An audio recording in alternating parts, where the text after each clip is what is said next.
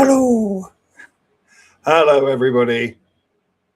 Let me just share that to my story. Make sure everybody knows that we are here. We are live. We got you there. Lovely stuff. Just want to make sure it's all working on my phone as well. Hello. We have got it. Okay, we're all set, people.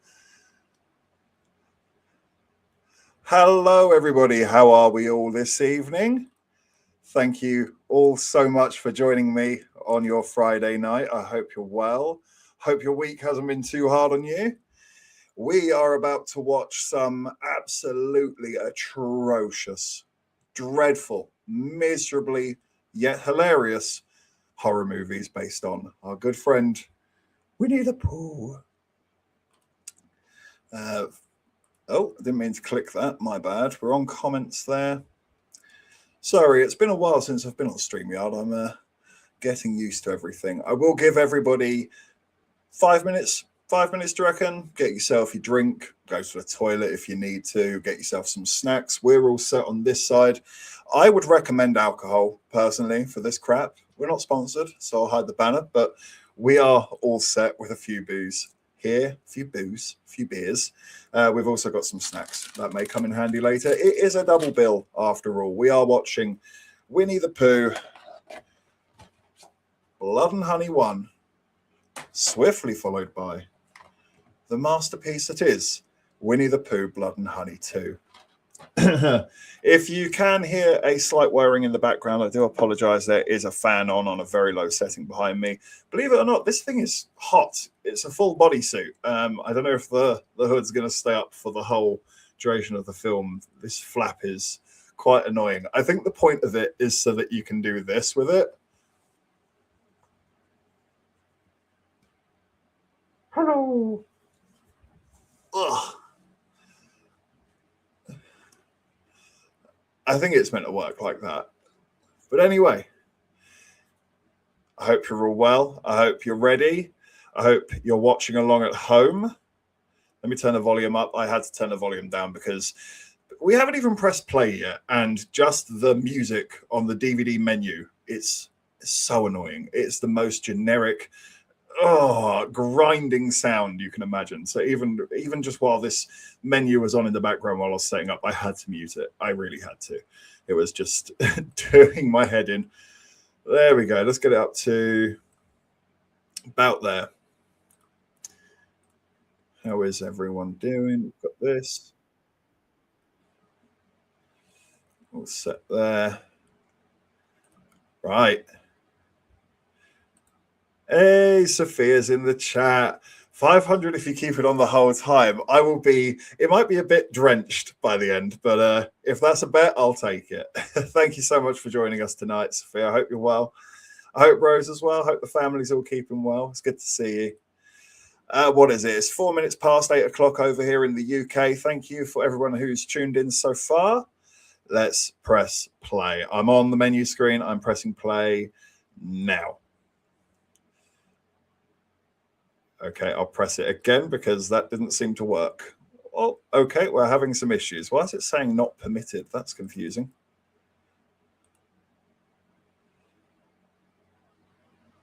Oh, honestly, that was a really dumb moment I just had there. I'm glad you couldn't see what I was doing on my screen then. I was pressing play on the mini bar rather than the big obvious play movie button just behind it. I've only had one of these so far, I promise. It doesn't seem like it, but honestly, it's true. Okay, we are kickstarting now. We've got Deep in the 100 Acre Woods. We are 27, 28, 29, 30 seconds in. Turn the volume up ever so slightly.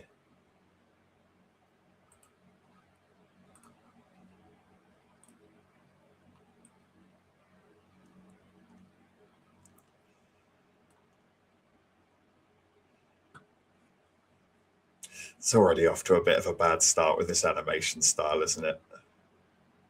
Like, considering there are animated versions of Winnie the Pooh.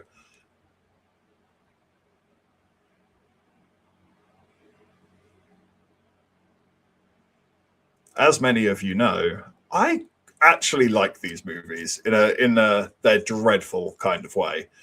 I did not like Peter Pan's Neverland Nightmare. That one really was a misery to get through. But these two and Popeye's Revenge, chef's kiss, amazing.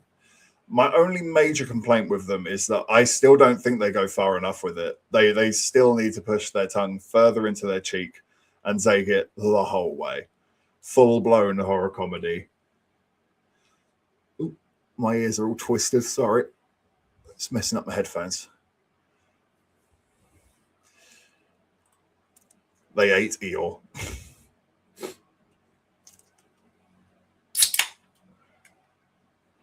Cheers.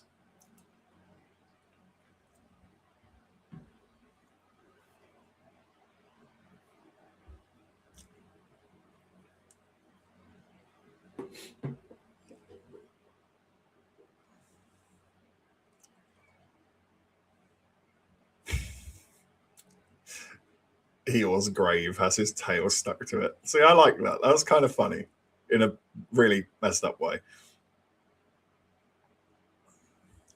Now for some of the finest acting in cinematic history.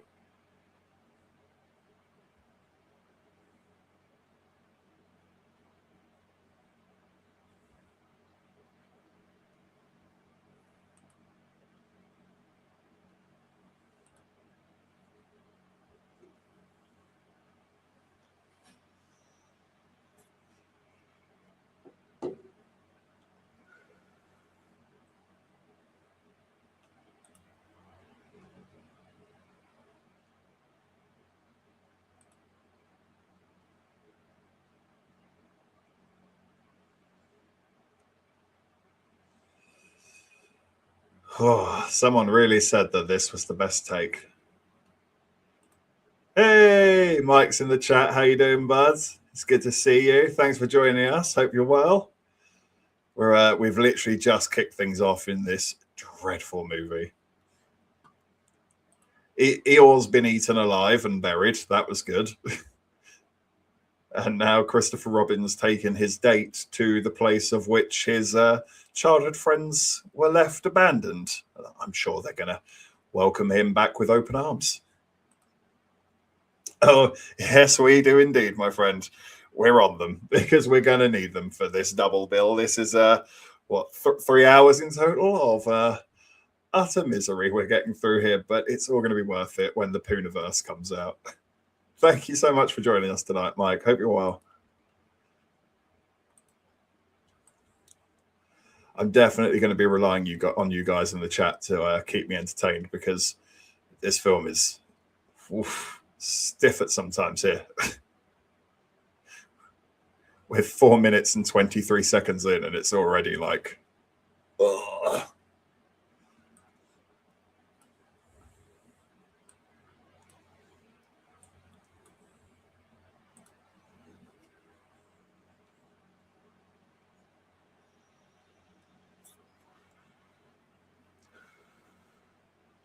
How would you react if you were on a date with someone and they told you they were friends with like a teddy bear, a piglet, a rabbit, an owl?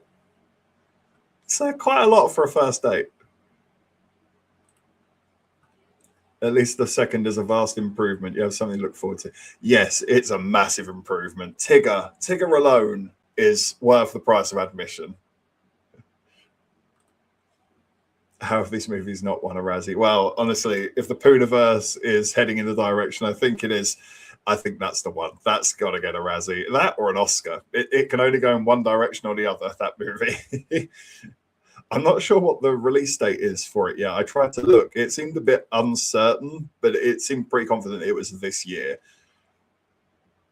And I also heard there was a Bambi one. I do need to check that one out. I haven't seen the Bambi one yet, but that's on the list. I don't know if I can get a Bambi onesie for it, though. That might be pushing my luck.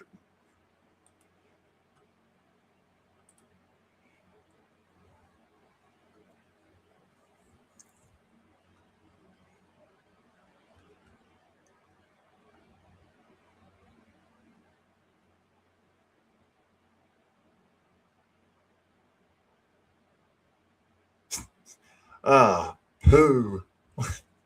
What happened to you? Amazing line read.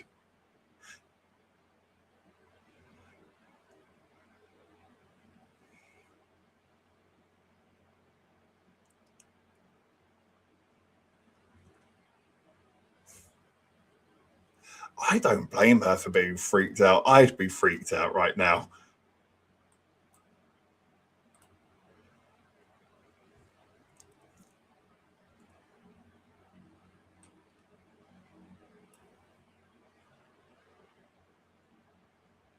How are they missing all these obvious clues? There's like blood everywhere. Eeyore, rip.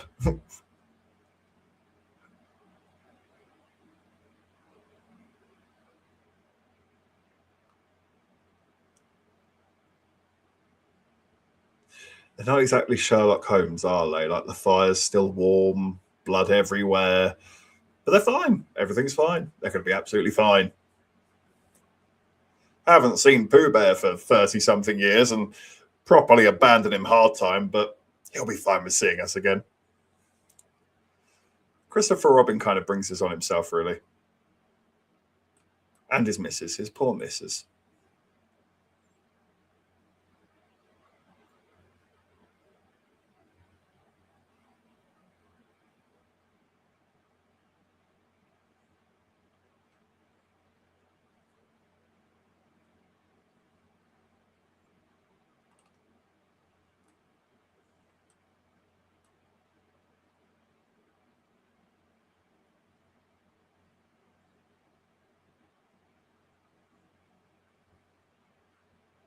I think we're going to meet them soon.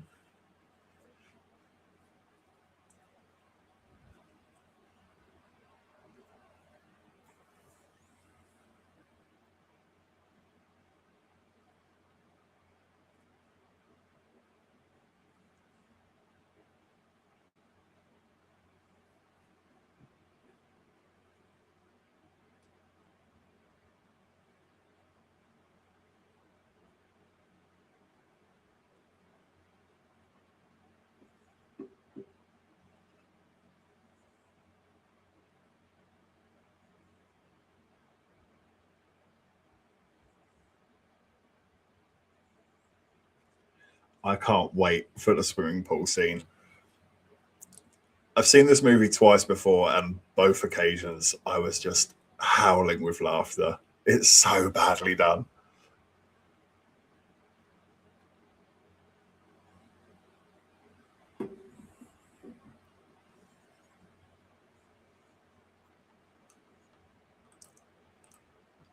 Josh is in the chat. Hi, Josh. How you doing, bud? It's good to see you. Thanks for joining us tonight. I hope you're well. Ah, that's a good idea, bud. I tell you what, maybe on the next watch along we'll double up for it. I'll try and think of some absolutely terrible movies that we can watch. There's more than enough of them out there. Samurai Cop, that's always a fun one. I don't know if you've seen that, but that's a good laugh. But thank you so much. And yes, definitely. I had such a good time doing the Oscars with you. We should definitely do another live stream again. And just while you're here, actually, I saw your story earlier. How do you feel about the Oscar noms this year? Are there any you're upset about? Any you're really happy about? For me, it's No Other Choice. I'm really gutted that didn't get Best Picture nom. That deserved it in my book, especially over F1. I mean, I know a lot of people like that, and I was just sort of about it, but Best Picture? Come on, even the people who liked it will be struggling to put that one together. But yeah, do let me know in the chat what you thought of the Oscar noms. I thought they were interesting this year. There's some good shouts in there, and there's some head scratches as well.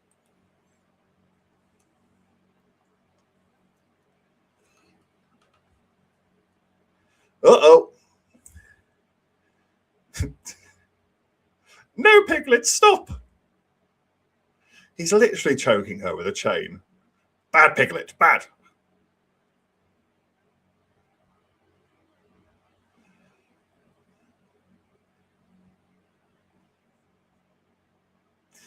He could help her. Oh, no, we're just... Well, that was a bit crap, wasn't it?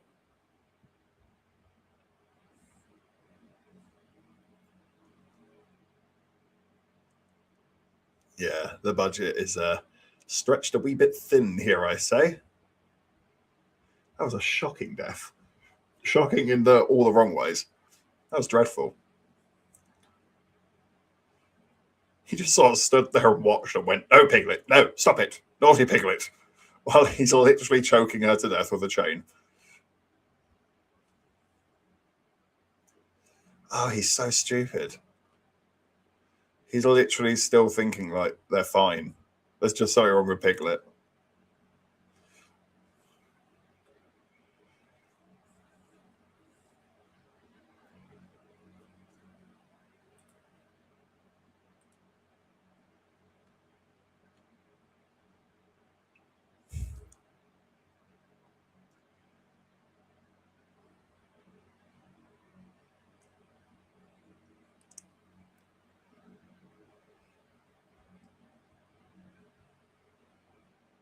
It makes you wonder what was going on in this place when they were younger.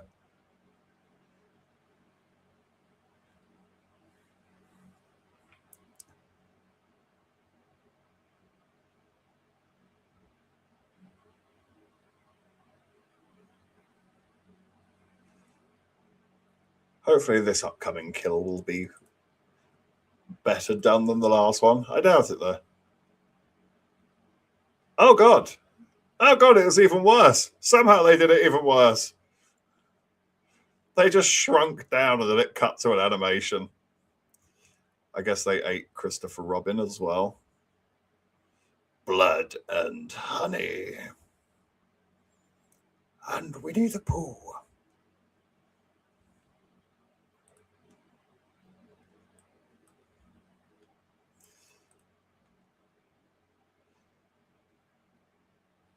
Wow.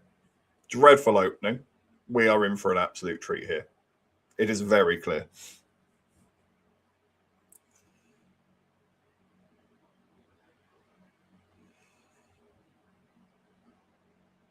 It's the dreadful music from the title cards again in the menu.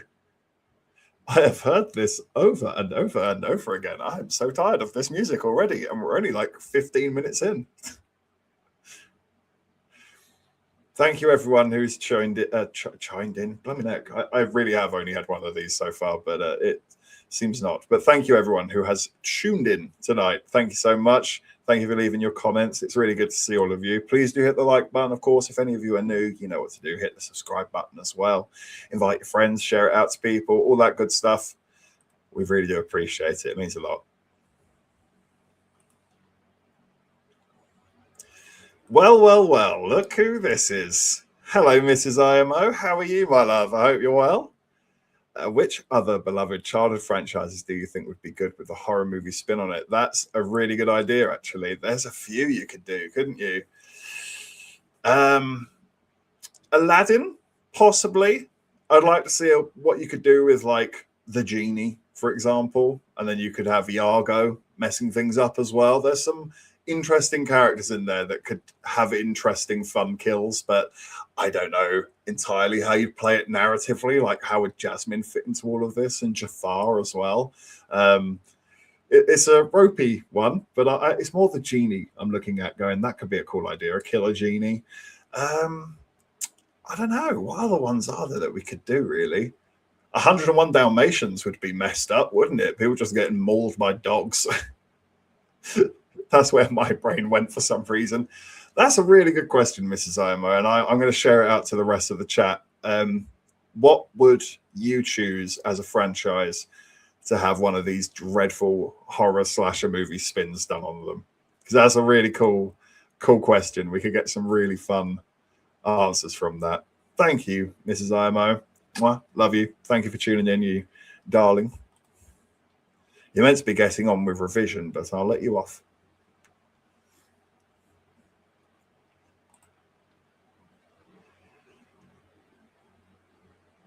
I will give this movie some praise. It's better than Jafaken. I will go that far. I think this is marginally better than Jafaken.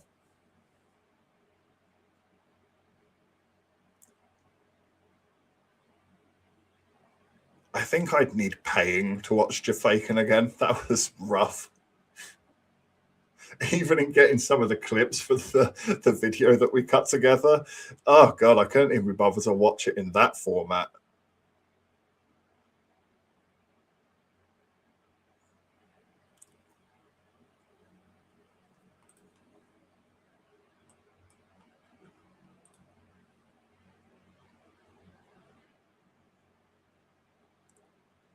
I think this movie's problem is that it has its moments, but it's ultimately just too dull. It's too generic, too safe. Maybe that's because it was the first stab at it. They were still sort of feeling their way around it. Like Mike said, Winnie the Pooh 2 is a lot better. It's still crap, but it's a lot more entertaining, that's for sure.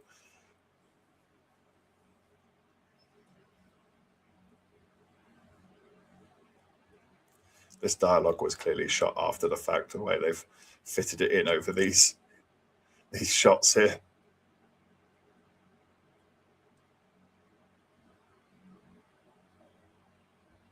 Oh, Fiat 500.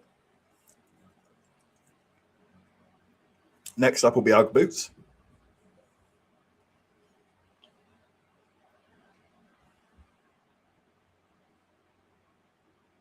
Big tick on the horror cliches. Stopping at a creepy gas station.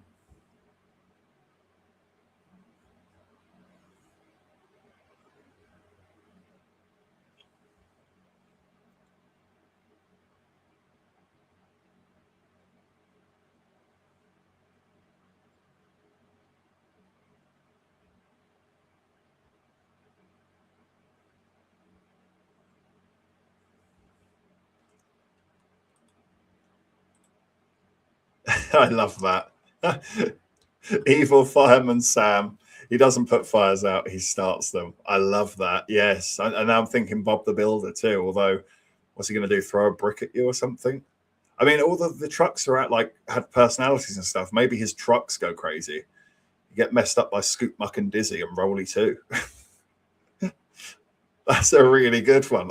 That's probably my favorite one so far. Evil fireman Sam. That's great. Really good shout.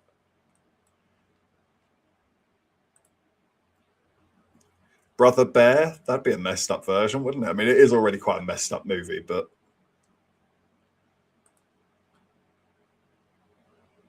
Fireman Sam.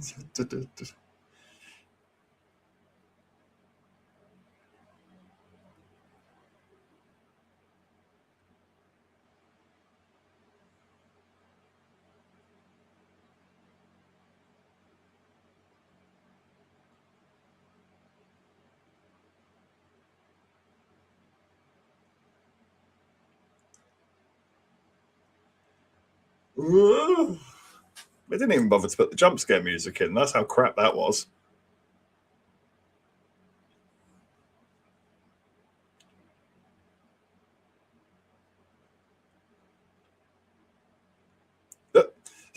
That clearly wasn't meant to happen. She tries to close the door shut, and it just won't shut. And you see her give it a good, oh, I give up. I love noticing weird little bits like that in movies. Squall Roland's son, amazing name. Thank you for joining us. The Tweenies, that's a great shout. Yes, you can have that weird. They had that light up triangle thing. Maybe it spins around and chooses which way they kill their victims. I'd like to see what they did with Doodles as well. That would be fun. Like Doodles is some sort of messed up hellhound. These are some great suggestions. I love that. Thank you for joining us, Squall. That's great. The Tweenie clock. Yes, the Tweenie clock. We need to start writing these down. I need to watch these movies, man. They seem so dog poo. They really are. They're so bad. They are funny. Some of them are, at least, anyways. The one that really broke me as a person, as a cinephile, was Peter Pan's Neverland Nightmare. At one point, I was just holding my head in my hands, just getting through it. It was a struggle, that one. But But my favorite would be Popeye's Revenge. I laughed my ass off from start to finish with that movie. It's so bad. It's hilarious. Teletubbies get a horror fandom, but Tweenies don't. Yeah, it's true. Yeah, Tweenies are getting disrespected here. Thank you. Yes, I'm not even kidding. This is how much I bizarrely enjoy these movies. Is I bought this for these films. Sad to admit that. It's the best £25 I've ever spent. But yeah, I'm weirdly excited for Poohniverse. It's going to be dreadful. Of course it is. The bar is on the floor, but just I hope it makes me laugh. I really do. Bambi the Reckoning broke me and I wanted to escape using the Stargate from 2001 Space Odyssey. That's the only one I haven't seen yet, Bambi, and I've heard mixed things. I mean, well, the one consistent thing I've heard is that it is dreadful. Everyone said it's dreadful, but some people have said like so bad it's good, whereas others have said no, it's just bad. It's just really, really bad. And it sounds like you're on the really bad side of things. I tell you what, if the Poohniverse is in the cinemas, I will be turning up day one, first showing like this. I even have a Winnie the Pooh mug downstairs as well. That was bought prior to the whole obsession with Blood and Honey, but I could even bring that along with me. I'm monetarily invested. Yes, I've probably put more money into this franchise than the actual producers have by the looks of things in some scenes. Thank you, guys. You've put in some excellent suggestions with the Tweenies. Fireman Sam was a great shout as well. I don't know if maybe I could get extra ones of these. There must be like a Piglet one or a Tigger one. I'll do some snooping around.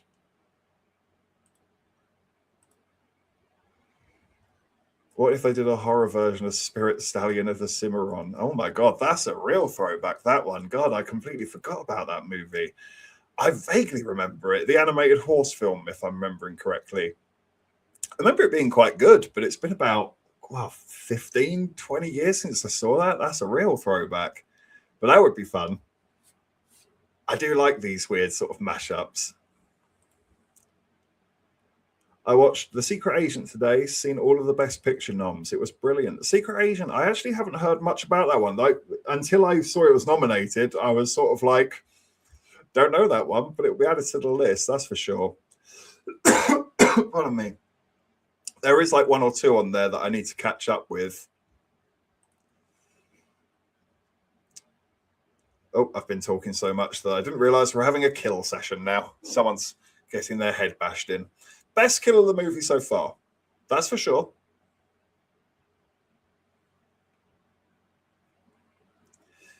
I can't even tell what he's actually doing to her. Is he putting her through a mincer? Yeah, he is. Okay. It was just filmed really terribly. And that's some dreadful CGI. Okay, it's still the best kill in the film so far, though. Speed Racer, yes. I've not seen it, but I have heard things. I've heard stories about Speed Racer. That's a great shout. I would tell you what, if you're up for it, I will gladly do Speed Racer with you for a live stream one day. That's a great shout, Josh. What about Happy Tree Friends Meets the Thing? Wow, School, you are full of great ideas. I love that. That's a really good idea. Happy Tree Friends was so much fun.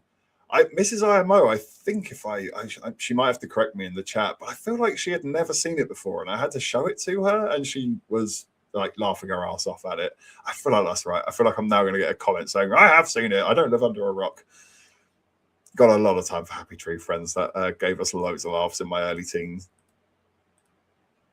Speed Racer. Am I right? I think it's the Wachowskis, the Wachowskis, or one of the Wachowskis is behind it. Yes, thank you everyone for tuning in. It's really good to see all of you.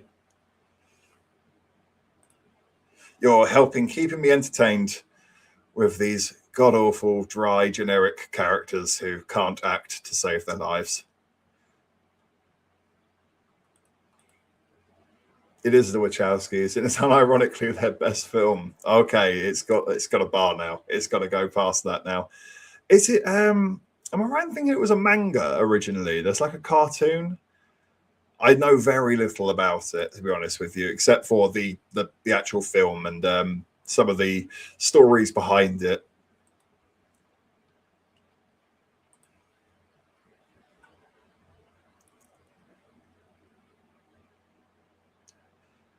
I don't mean to be mean to these actors, but is there no one better than this, even at this level? Really?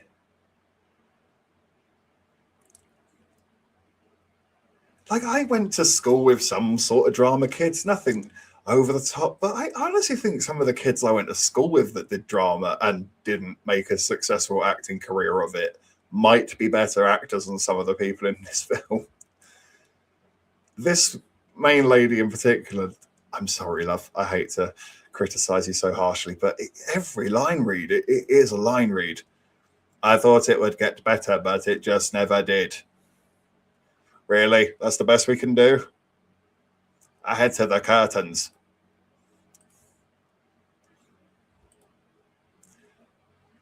Does the Matrix have a chimpanzee that rides a go-kart? I think not. This is peak. Oh my god, I'm so into this now. I am definitely up for watching this film.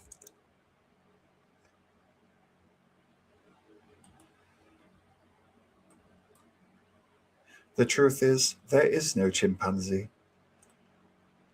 Hey, Tristan. Thank you, bud. Thanks for tuning in. I'm good. I'm very good. Thank you. We are pooed up, so to speak, with a few beers. We're having a great time with the chat. Glad you could join us. I hope you're keeping well, bud.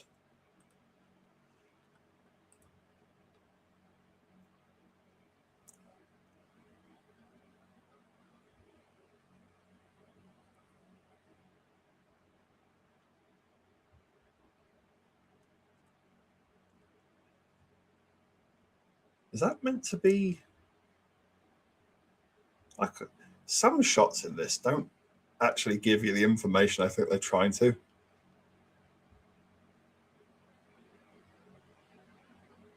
Oh, some weird creepy dude. I've seen this movie twice and I don't remember this bit.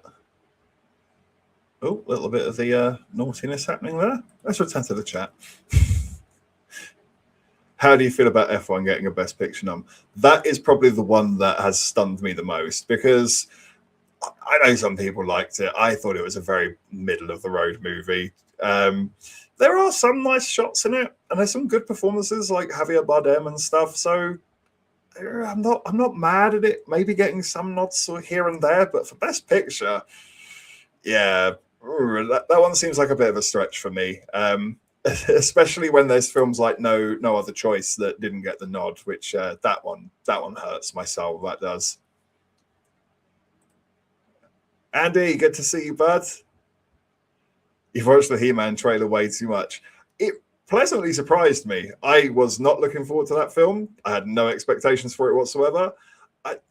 It looks on form, to be honest, from what I've seen of the trailer. It looks like they're getting it right. It should be a bit cheesy from my memory of it. So I've gone from zero interest to that might be good fun. That could be the way to go about it.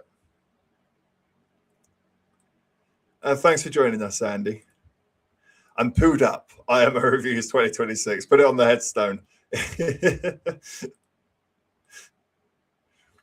My horror film would have Chris Thorndike from Sonic X and Tifa Lockhart as a shape-shifting zombie eldritch monsters as my take to that god-awful Chris and Tifa's adventure of worship like gods. Wow, that is a hard cut right there. That's a shout, though, to be fair. Zombie eldritch monsters. Wow, you've put some thought into this as well. Shape-shifting, too. I take it you're a Tifa man over an Aerith, or Eris, should I say. Eris man.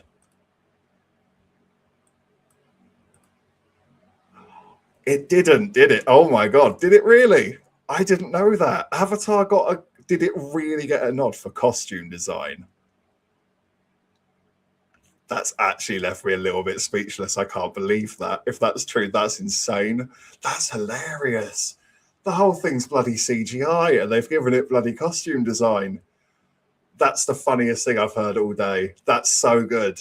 That's amazing. That's actually more head scratching than F1 getting a Best Picture nod. I love that. That's so good. Yeah, I don't know, man. The man just keeps on cooking, and they don't hear it, they don't smell it, they don't taste it, and I think he's sensational. Just when I think he can't get any better, he then just knocks me out again with another masterpiece. Do you think we'll get an Under Siege 3 with Steven Seagal? It's hard to tell, really. His career's gone very, very sideways, to say the least, with some public controversies and stuff. But he will make a film about anything. I was watching a video about him not that long, actually, and it was listing some of his movies and how they're basically just the same two words, just flipped around. It's like Killborn, Born to Kill, Kill Bertha, and stuff like that. It's just over and over again. It's just the same movie, but he might get to it. It probably would make money, to be fair. They could market it, to be sure. It's ridiculous that K-pop Demon Hunters are being award magnets this year. I feel bad for Zootopia 2, Little Emily, or the character of Rain. Yeah, I'm sort of, I see both sides there. I do think K-pop Demon Hunters deserve some love. I was very pleasantly surprised by it. I thought I was going to hate it. Actually had quite a good time with it. But yeah, it does seem to have just like cornered the market. There were other great animated films out there that deserve some love. Zootopia 2 was decent. I enjoyed it, but I don't know. I wasn't crazy about the first one either, really. I think they're both okay, but a lot of people love them. That, honestly, Josh, you've made my day with that. I will go onto the Oscars page, go onto the costume design section and screenshot that, because I don't ever want to forget that. 20 years from now, I'm just going to be like, yeah, Avatar got costume design nomination. That's amazing.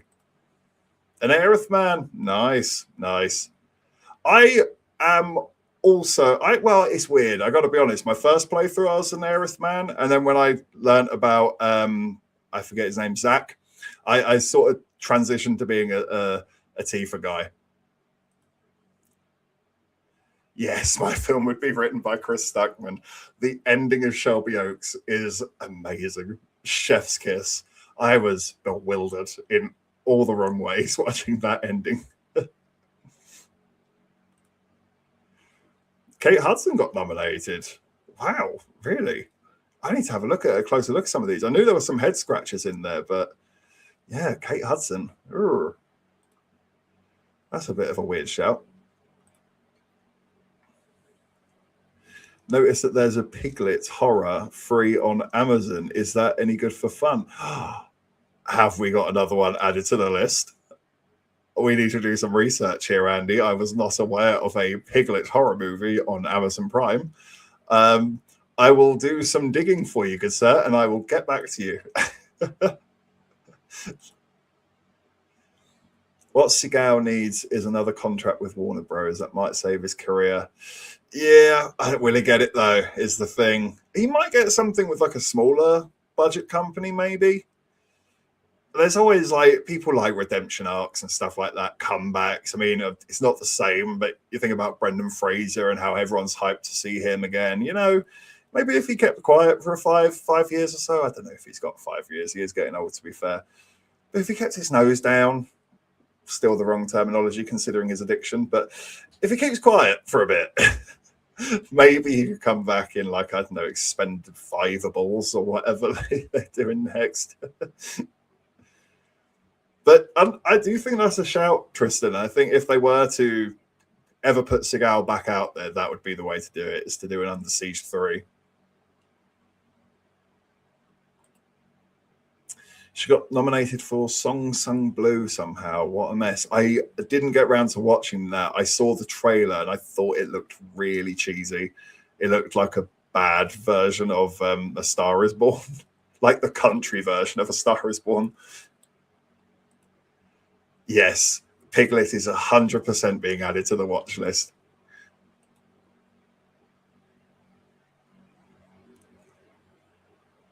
Well, that's fair, dude. There's no trouble with that. And you know what? Flow. I need to get to Flow. I didn't see it last year. It won the award, didn't it? And it was the one. Typically, of all of those films in the animated category, it was the only one I hadn't seen. It's always the way.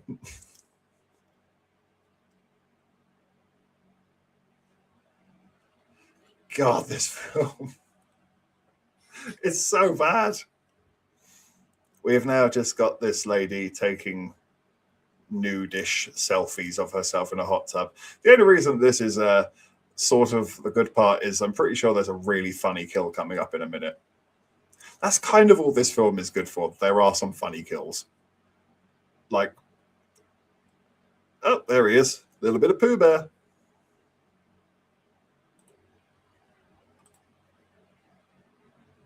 Flow is a priority watch for you. Beautiful film. That is very high praise indeed from you, Josh. And I trust your opinion very highly. You have got some great taste. So consider that pushed right up to the top of the list. That might be something, you know, actually, funny enough, me and Mrs. IMO are planning a movie night tomorrow night. So maybe if we can get hold of it, we will check out Flow if we can. Thank you for that. That's a great shout.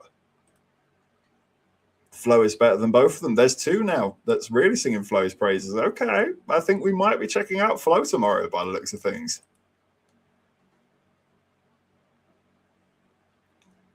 It's more worth the Oscar than Godzilla -1 and K-pop Demon Hunters. Oh, that's a strong take. That's cool. I loved Godzilla -1. I really did. I got that on Blu-ray ASAP. But I respect your opinion, bud. That's fair. I'm a big Godzilla nut. I know the films kind of suck sometimes. They've sucked for a very long time. But I just grew up with it. I just grew up with Godzilla, the old movies on VHS. It's one of them where I can see the flaws, but I still love it. Good man, Josh. You really are an absolute superstar. Thank you, bud. I'd appreciate that greatly. Thank you. Here we go. It's the hot tub kill. I think things kind of sort of ramp up a little bit from here, at least for the movie.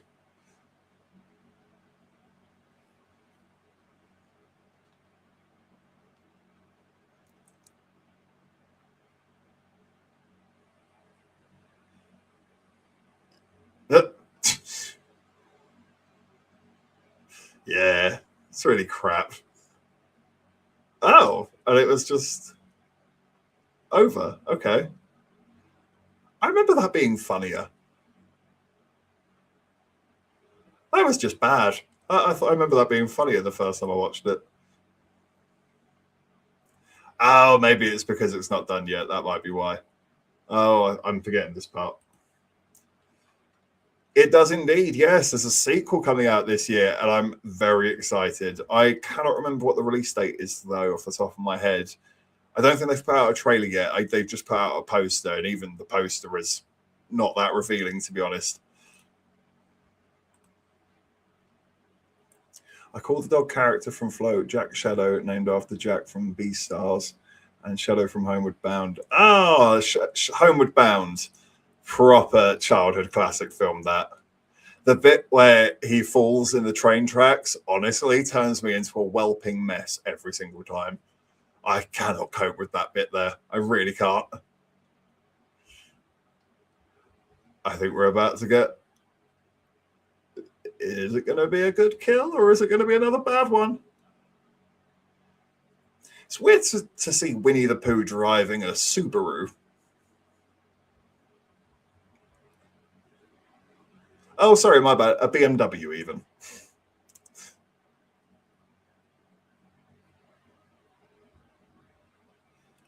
Okay. Oh, that was... Oh. I'm mixed on that kill. I'm mixed on that one. Like, at least they tried, but it looked terrible. They, like, CGI squished her face, and it was really obvious. What movies are you looking forward to most this year? Mine is Dune, of course, obviously. We have got banger after banger after banger coming out this year. I can't pick a favorite, to be honest. Even some TV shows look pretty hot. Things like God of War's coming out this year. Like, hell yeah, I'm up for that. New Spider-Man movie could be pretty good. I'm pretty sure there's a new Spielberg as well. Is it called Disclosure Day? I do this every year. I write down the ones that catch my eye on my phone. What have I got written down here? So yes, we've got The Odyssey, of course. Can't wait for that.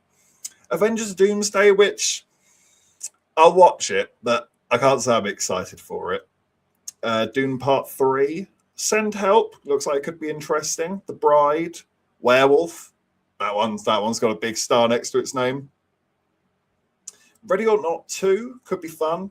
I have got The Social Reckoning down, but I don't actually know if that's happening this year. But if that's the sequel to the Social Network, I believe. Yeah, there are a few written down there for you that I'm quite excited for. There's still more to come as well.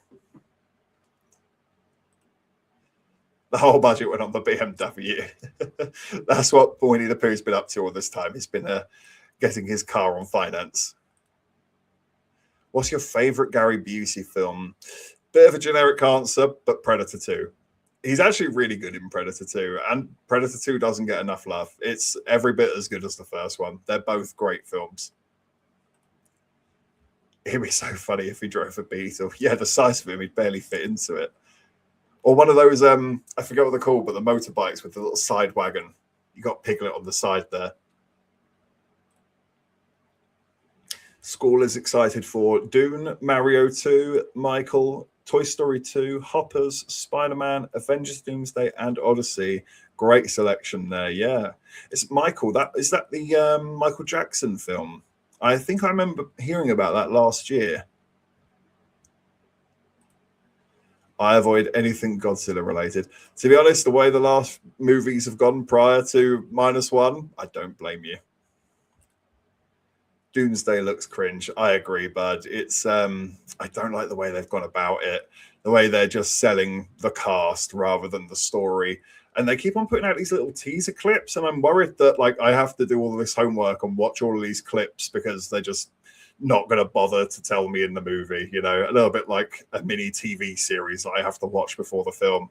I don't want to do homework for a movie. I just want to watch it and have fun and watch superheroes beat each other up. But I want it to have built up to something. I want it to have meant something. This all feels so rushed and so lazy that it's Robert Downey Jr. still playing Doctor Doom. Maybe they make it work, but nothing's really grabbing me, to be honest, what I'm hearing about Doomsday so far. Jason, how you doing, buddy? Thanks for joining us. Thank you. Yes, the outfit is the poo drip, if you will. I hope you're well. I hope you're enjoying the NFL, despite how abysmal the Chiefs have been this season. I'm feeling it too, buddy. It's been a bad one. But I hope you're still enjoying the playoffs and everything. Social Reckoning slated for October. That could be really interesting. I want to see what they do with that. Especially if they like maybe go with a modern take, sort of where Facebook and things like that are now. That could be a sort of an antithesis movie to the first one, maybe. Could be interesting. I've got a gun. They're such bad actors. Do you think the new Jumanji will be good?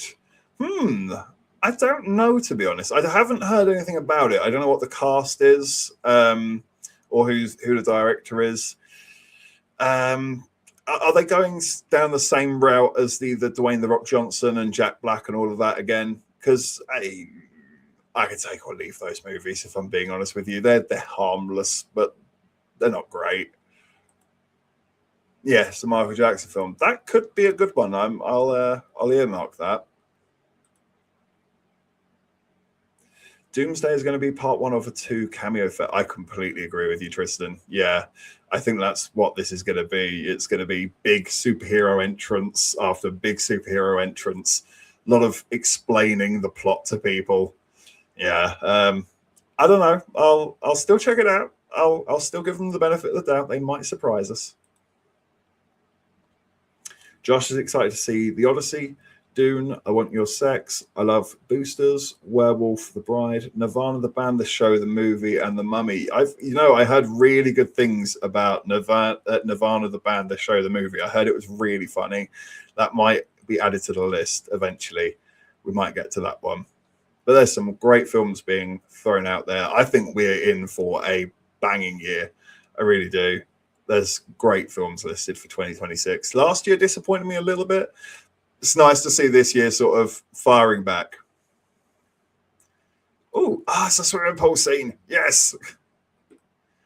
Jason plans on being in England in October. Awesome, bud. That'd be amazing. I'd love to be able to team up with you. Let us know whereabouts you'll be and we'll see what we can do. That'd be amazing to team up with you finally, bud. I'm avoiding the Zelda film as I find the Zelda franchise to be overrated. I have to agree with you there, bud. I tried to play Breath of the Wild, and I got to be honest, it's got all of this hype and praise, and people love it. And I was really bored really quickly with that game. I didn't really know what I was doing. I didn't really understand the point of stuff. And the world just felt so empty to me. I just felt like I was wandering around a barren wasteland for hours on end.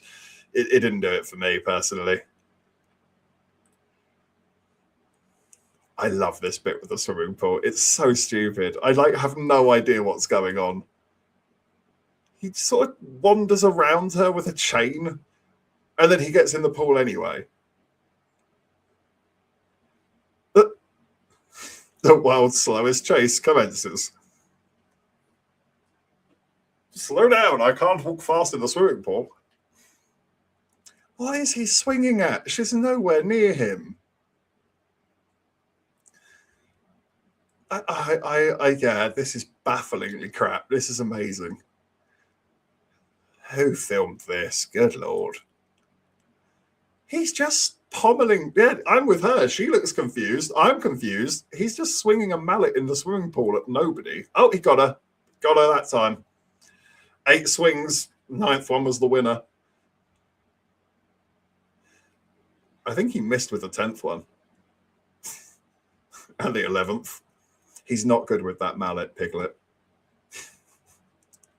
Yep, it's still the best scene in the movie by far.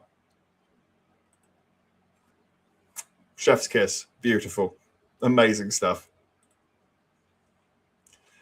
Tristan says, I'm going to laugh if they bring David Hasselhoff back as Nick Fury for either Doomsday and Secret Wars and have killed him off. That could be a cool idea. They might do things like that, to be fair. The Sony multiverse movies did a lot of little secret Easter eggs and things like that, which was very cool. Also a new Koreeda film that is based on an anime that's exciting. Nice. I haven't heard anything about that so far. That could be good, though. I'd rather see films based on Star Fox, Metroid, Fire Emblem, Earthbound, or F-Zero, as well as Kirby, Mario, and Pokemon. Kirby would make for an amazing movie. That'd be very cool. There's some very retro games in there. Star Fox, Metroid, Fire Emblem. Great shouts. I have to go as I need to write my new video, but great to catch this. Don't get too pooed up. Speak soon. Thank you so much for tuning in, Josh. It's really been good to see you and to catch up with you. Take care. I hope you're keeping well, and looking forward to seeing the next video. Maybe some practice swings. Yeah, he certainly needed them, Jason. He really did. He was so bad with that mallet that it actually surprised me when he did connect with her. Maybe that was the point of it. Because my reaction was, oh, wow, yeah, okay, that one worked. And now he's walking around with that mallet on his shoulder like some sort of GTA villain. He should not be that confident with that mallet. I've seen you swing that thing. You're bad with that thing. Also, a bit late to complain about the lighting. It's been poorly lit the whole way, and there's like 30 minutes left, but wow. Literally could barely see their faces in that shot there. Thank you, everyone, for tuning in. It's been really good to chat to all of you in the chat. It's really good to see all of you. Thank you for spending your Friday night with us.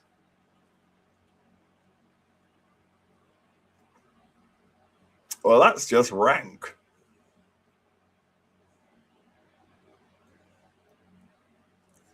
Oh, the sound effects make it so much worse. He's like fingering honey into his mouth, but it's like a rubber prosthetic mask. It's going everywhere and like dripping off his nose, and I don't really get why he's eating it. Doesn't he eat people? He certainly ate Christopher Robin, by all implication. But now he's a honey bear.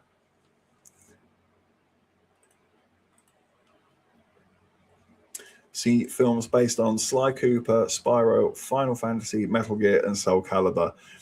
I would love to see some of those be made into movies. I think some of them would probably be better off as TV series, especially something like a Final Fantasy. There's so much lore and world building. I mean, some of those games were spread across 3 discs. To put that into an hour and a half long movie just feels like it wouldn't be doing it the justice that it deserves. I'd rather that be played out across 30 episodes, 1 hour long each, 10 episodes a season. You know, especially if you're doing something like Final Fantasy 6 or 7 in particular. 6 was always my personal favorite growing up. It was the first one I ever played, which might be why I'm slightly biased towards it. But it was mostly Kefka, just a really fascinating villain that hooked me from the get-go. Yeah, that could work too. Yeah, I would like to see it. I do wonder how they play it. I don't want them to over-Americanize it. You know what I mean? It'd be weird seeing like Brad Pitt with Cloud Strife's hairdo. I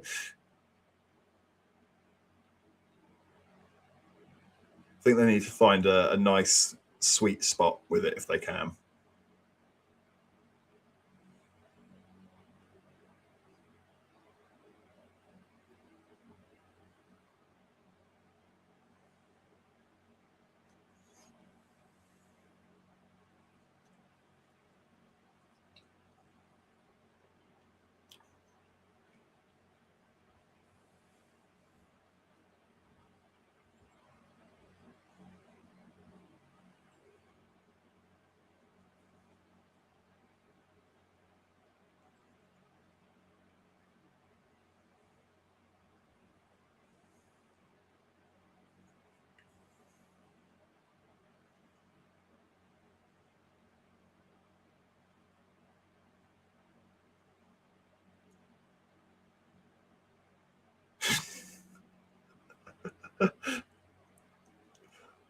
The performances. They are abysmally bad.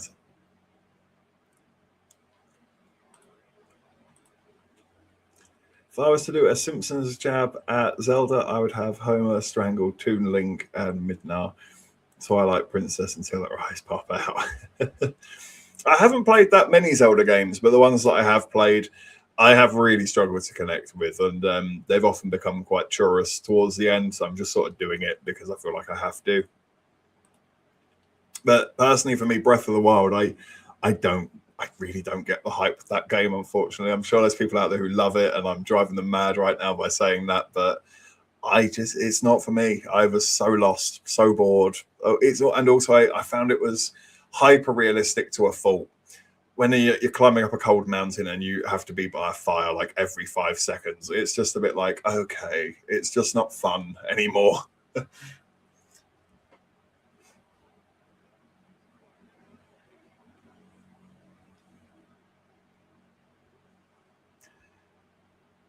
The scream they heard earlier was from a girl, but they're saving a man. Oh, okay. There you go. There is another person to be saved. Just a bit of a jarring transition.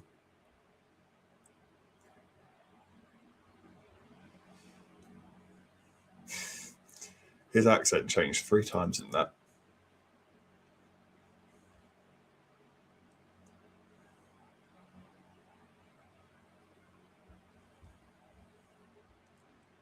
It's so weirdly written.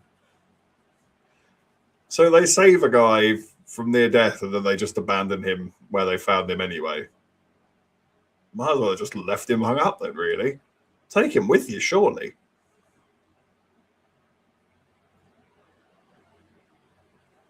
She's seen better days, bless her.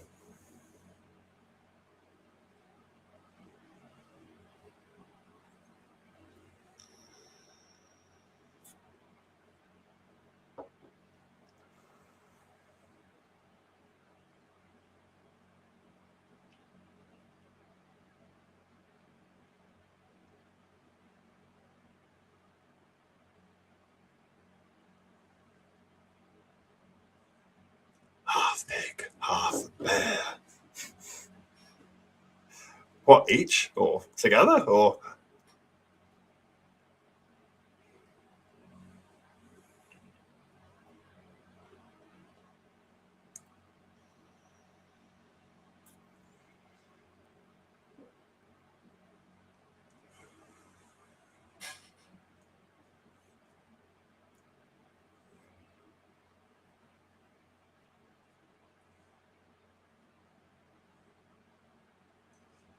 Yeah, I was just thinking they're having this conversation while she's still in these restraints.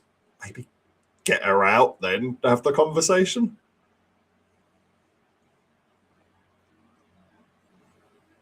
Makes you wonder what Pooh and Winnie are up to. Pooh and Winnie? Pooh and, Winnie and Piglet are up to. I'll get my teeth in eventually.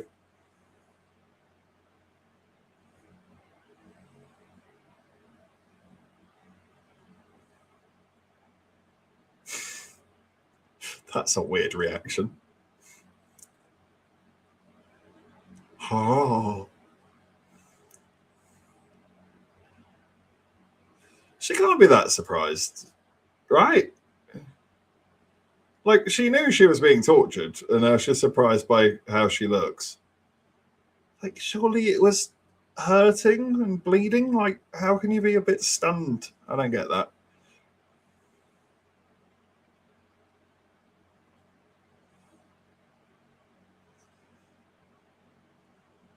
Where'd they get the gun from?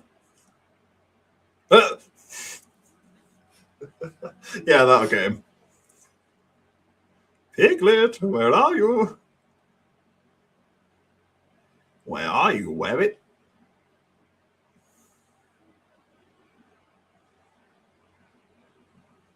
Yeah, she is mental. I agree with her. That's the smartest thing any of these characters have said so far. Just shooting at nothing.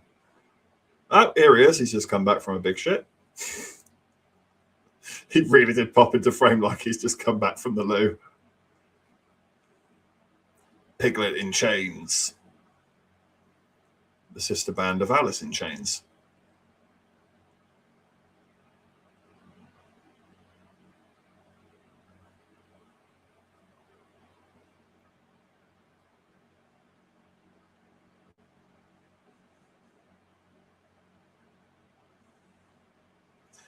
We're having some sort of like Rambo showdown now. This is weird.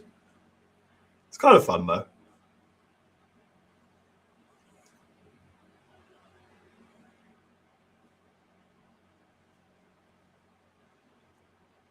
Really?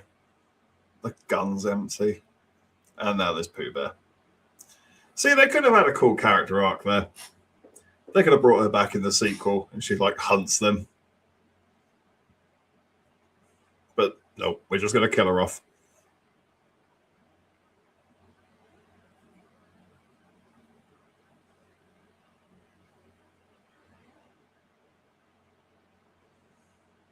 Poured honey on her.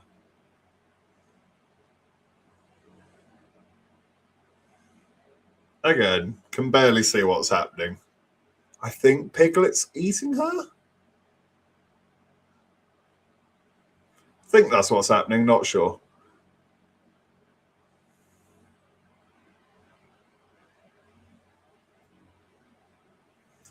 Yeah, get Piglet's mallet. Yes, one swing, got him. That's how it's done, Piglet.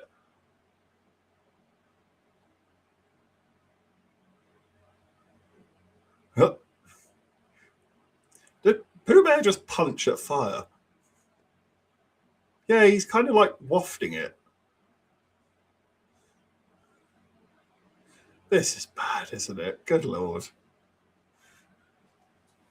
I would have loved if I was here on the day of this being shot. How would you have not laughed? The fire was working, but they don't like keep the fire; they throw it away. Oh God! I've had alcohol, and I'm still thinking too heavily about this film. But that's how poorly written it is. Look at this lighting. Ah, is she going to torture Piglet back? Come on, get him.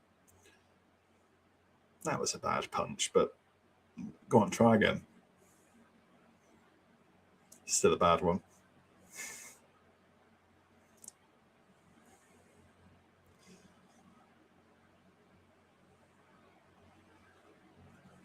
See, I want to be on her side, but she's acting so poorly that it's hard to be.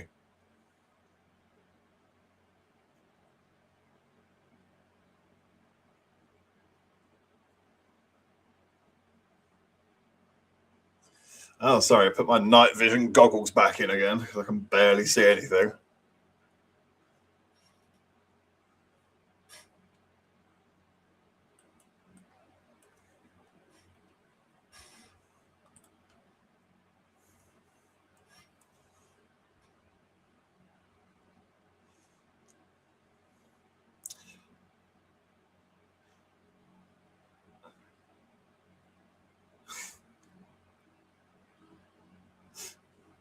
This film's unbelievable. Just put one down the pipe. Go on, girl. Oh, I think she missed. It looked like she missed. I don't know what was meant to happen there. They're acting like that connected, even though it so definitely didn't. Stop messing about and get it done. Wow, that was very quick. Winnie the Pooh is like the other side of the map, and now he's just here, and she's dead now. Yeah, I'll give that like a 7 out of 10 for the kill. 7 out of 10 for the kill. A little bit of a Halloween homage as well. Sometimes simple goes a far way.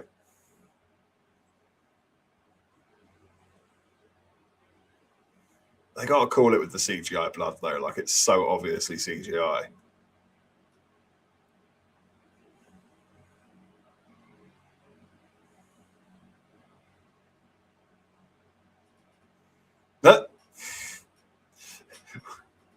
Pooh Bear's just as bad as Piglet. He just swings that thing around at anybody.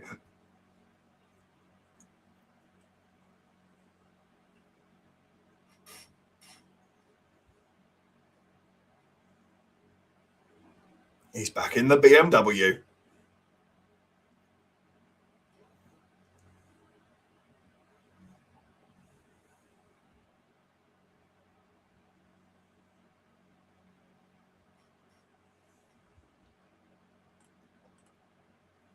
Take care, Squall. Thank you so much for tuning in, bud. It's been great chatting to you.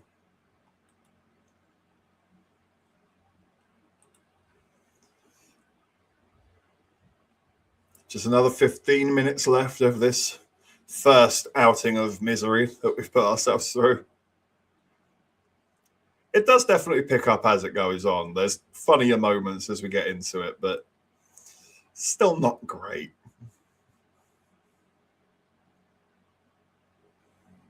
You picked on the wrong bear. I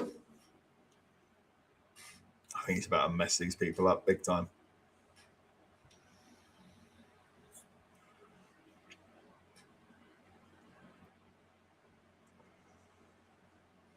Everyone's accent is from somewhere distinctly different.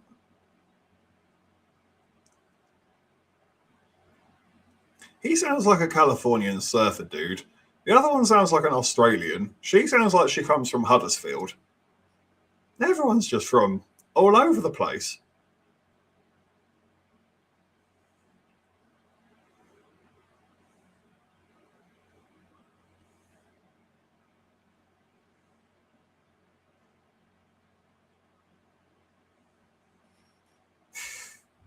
The girls are terrified, Logan.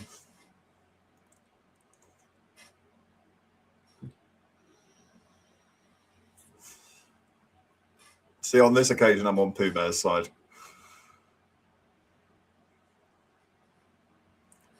Team Pooh Bear for the win.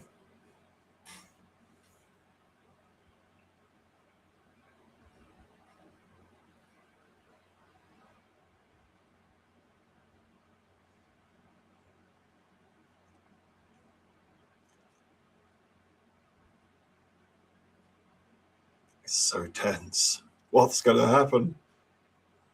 It's your unlucky day, mate. Oh, God.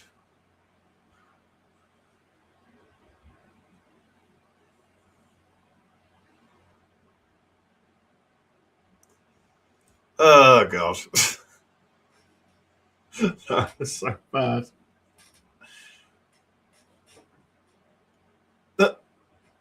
Taking a crossbow to the head is, you're tough. I'll give you that. Yeah, superhuman, but you know.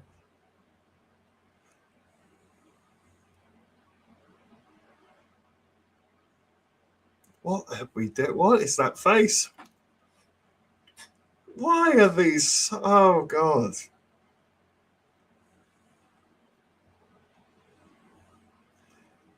God bless the editor on this film, because you know if these were the best shots, what were the worst ones like? It's the best shot we had there. We're doing that classic thing where we all take turns to beat him up.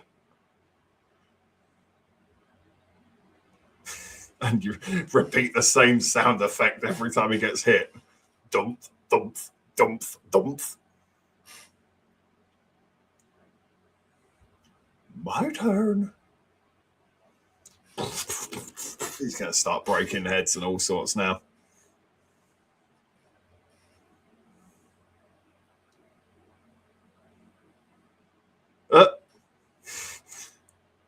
Oh, cool. He literally slapped his face off.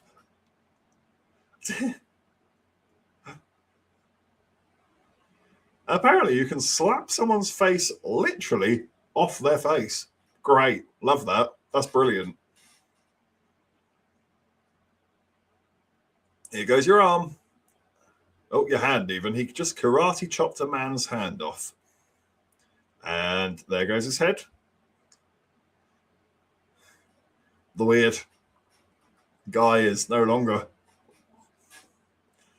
Yeah, I thought he'd get a better death than that. He just got, you know.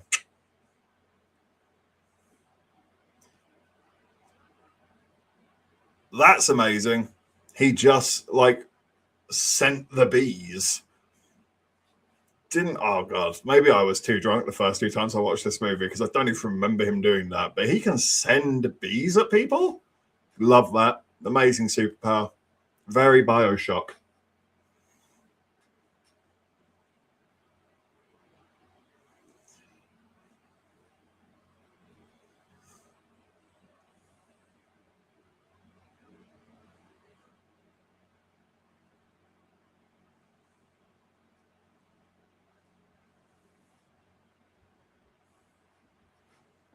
Thank you, everyone who has tuned in tonight. It's really good to see you all. Please do remember to hit the like button, subscribe if you're new. All those good things. Thank you for joining us this Friday night. It's been really good chatting to all of you in the chat. It's really good to see you.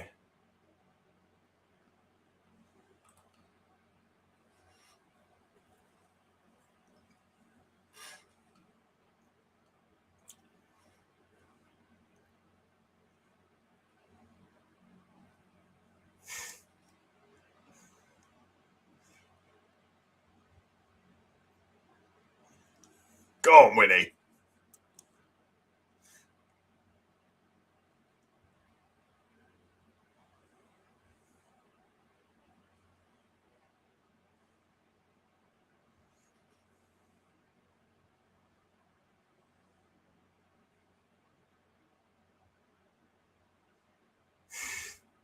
Maybe slam on the brakes.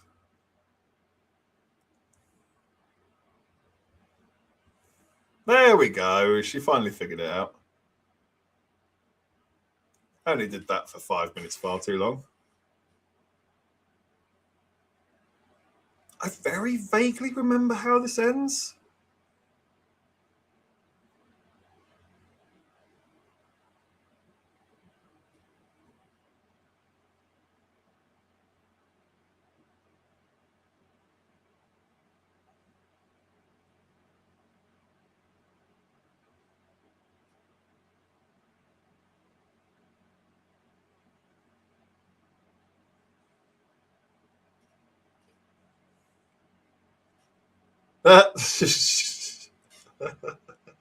They really just beheaded her off screen. Wow, that's cheap. If only they didn't spend it all on the BMW, we might have got some gore there, but no.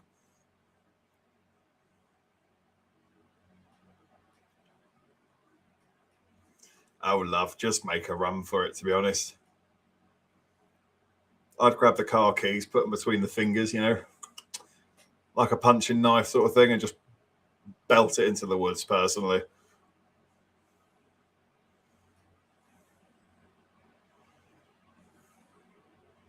Instead, she turns the wiper blades on and spreads the blood everywhere. Brilliant. Your turn to get decapitated off screen.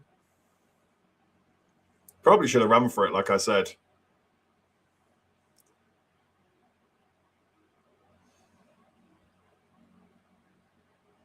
Well, thank goodness we didn't get to know any of these characters.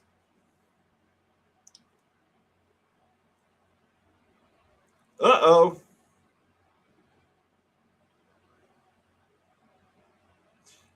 Wow. No, not Pooh Bear. Ah. Pooh Bear ate it.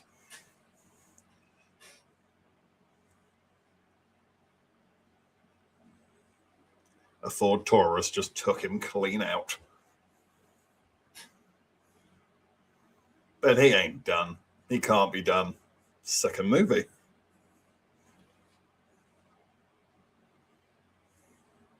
Oh, it's that guy they saved and just abandoned.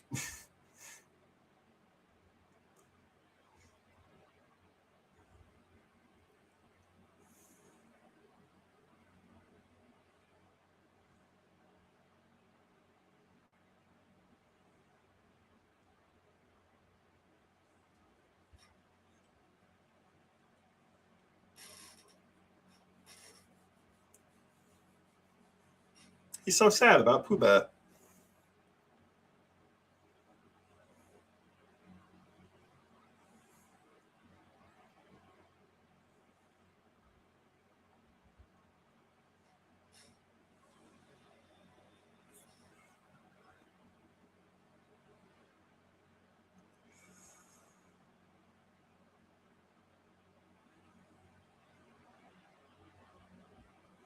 Oh, he's back. Even the Ford Taurus can't keep a good man down. He just walks it off.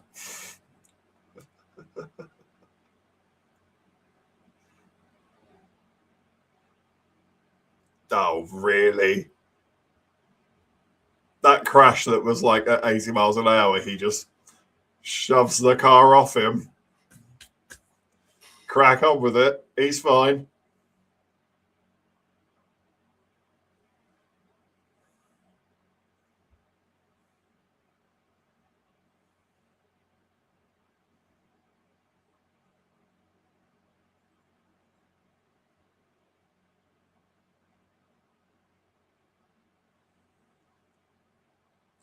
You gotta respect the man. He doesn't quit.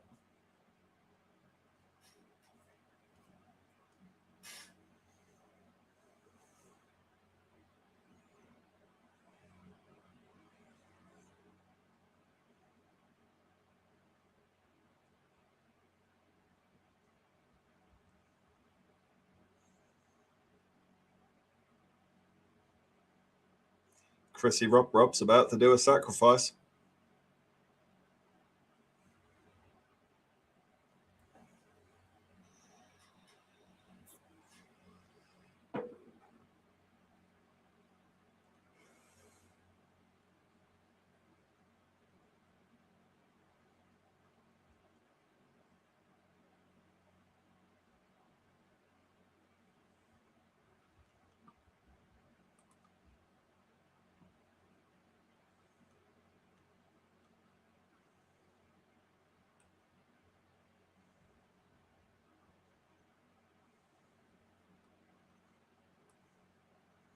She's dead.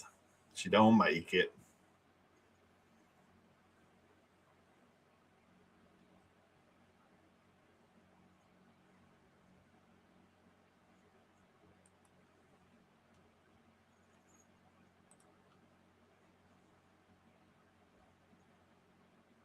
Oh no, we don't know each other, but I'm sad that you're dead. Wah.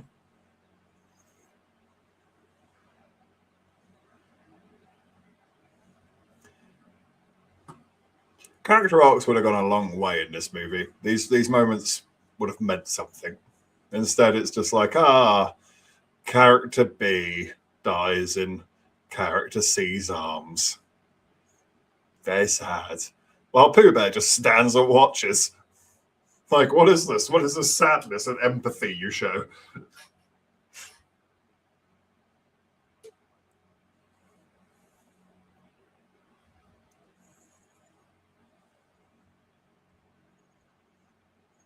Come on, your turn, Chrissy Robs.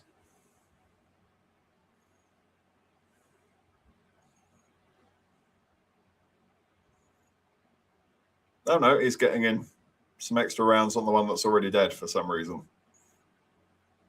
She's definitely dead, but he's just like getting another 5, 6, 7, 8, 9, 10, 11, 12. Why is he doing this? It doesn't make any sense.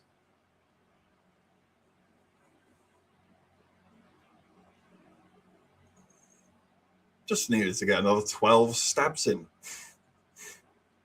The end. Just cuts to the credits. The end. There we go.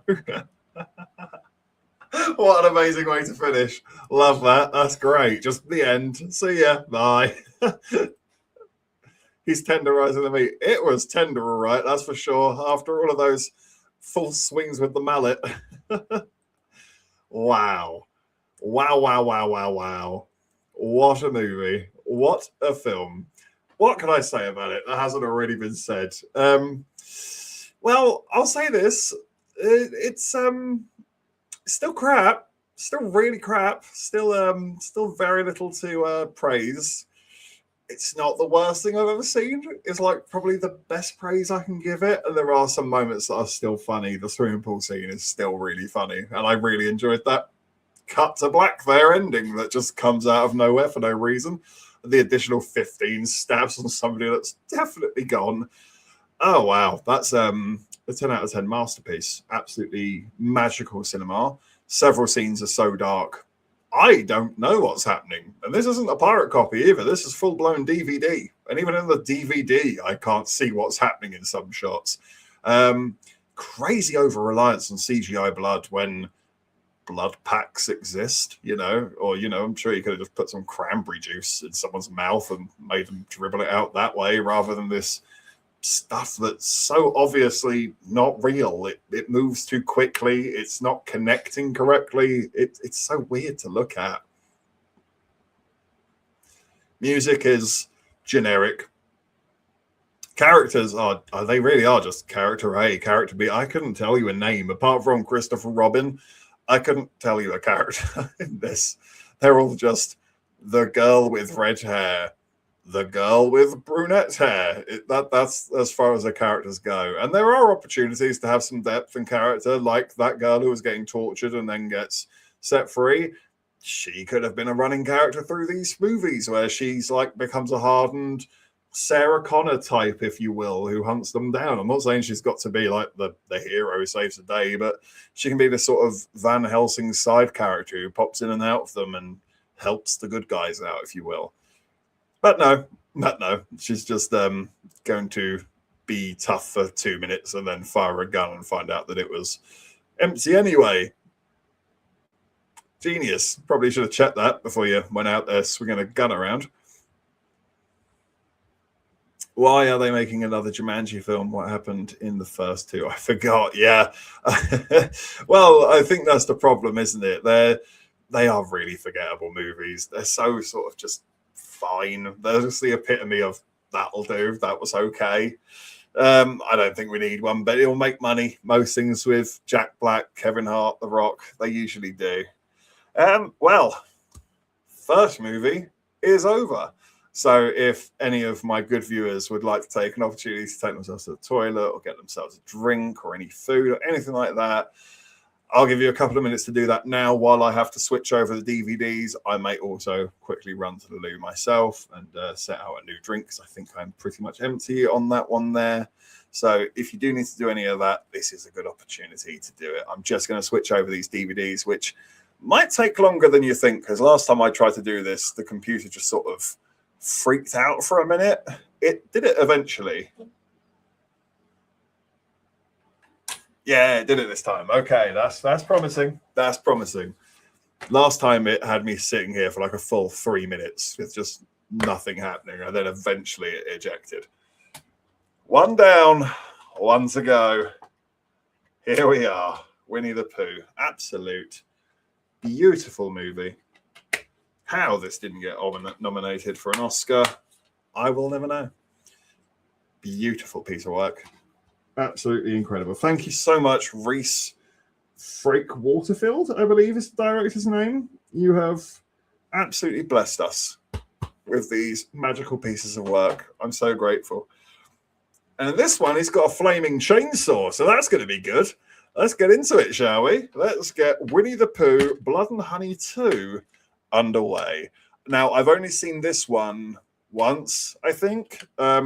I've seen that one. That's my third time watching the first one, and it's so bad that even after watching it 3 times, there's still parts of it where like, I don't remember this. I don't remember that happening. Like the whole thing with him shooting bees at people, that was awesome. I feel like I would have remembered that, but no, that's probably my favorite bit in the movie now that I've remembered that happening. Whereas Winnie the Pooh, Blood and Honey 2, oh, I mean, even in the one watch that I have had of it, my favorite thing about it was definitely Tigger. Tigger alone is worth the price of admission. Tigger is amazing in this movie. He's basically a bad Freddy Krueger without any of the dream stuff. Like, he's just a tiger that talks like Freddy Krueger, calls everyone a bitch. It's amazing. Scratching up everybody. It's just, yeah, this film is a lot more entertaining than the first one from what I remember at least. And also, I just thought, this is completely irrelevant, and many of you watching are probably going to be like, I don't even know what that is. I don't care. Oh, hang on. Let me minimize that while I can do this. But check this out. I got this in the post yesterday. I ordered this. Just deafened myself. Ow. Menu's on way too loud. Okay, let me fix that. Jeez. Blow my eardrums out, why don't you? Look at this. I don't know how well you can see it. It's the monolith from Expedition 33. You've got the paintress sat there at the bottom, for those of you who've played the game. It is a music box. Let me see if I can get it going. Hang on.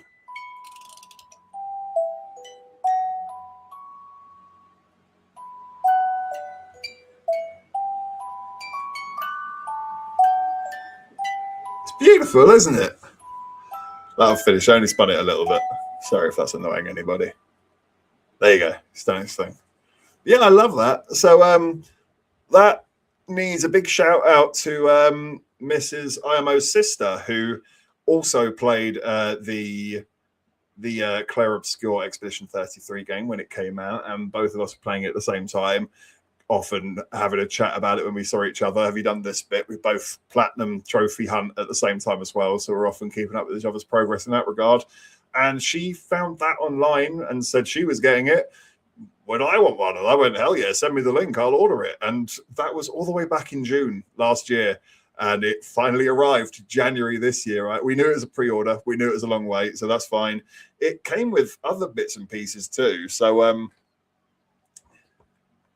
we've got a journal, Expeditions journal. It's basically just full of some of the early artwork for the game. Very cool. Some really cool designs in there, some of the characters and stuff. And I also got a steelbook cover for the game, but I actually have the digital version of the game, so I don't actually have a CD inside the case.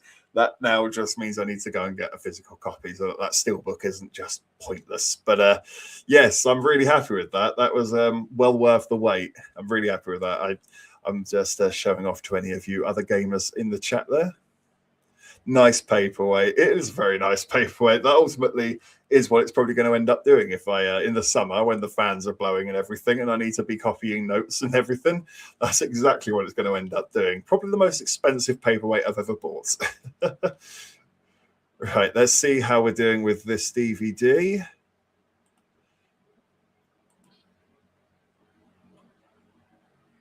I'm just getting through some early adverts.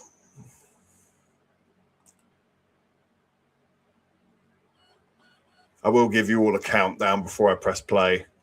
I won't just catch you off guard like that. Right, there we go. We're on the menu screen there. I am going to take this opportune moment to quickly run to the loo myself. I will be back in just a second. Bear with me, people.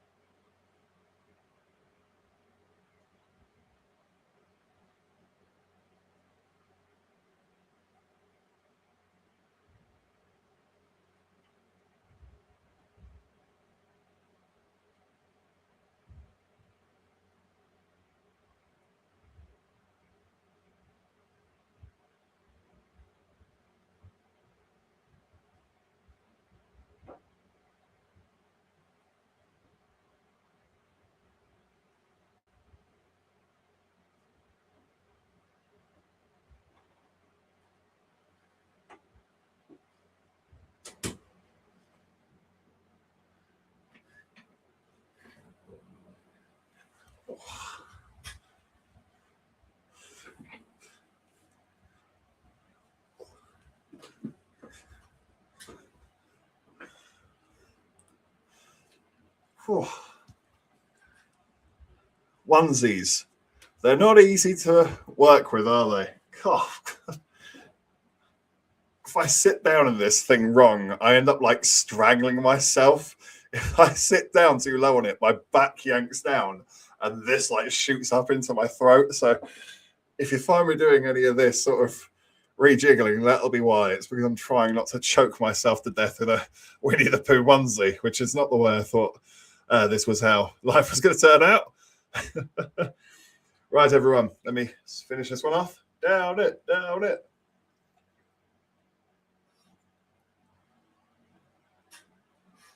Where's the bin gone? Oh, there it is. Moved it. Forgot I moved it. Right. That's number 2 then, is it? Let's get on to the second beer. We're going to need it.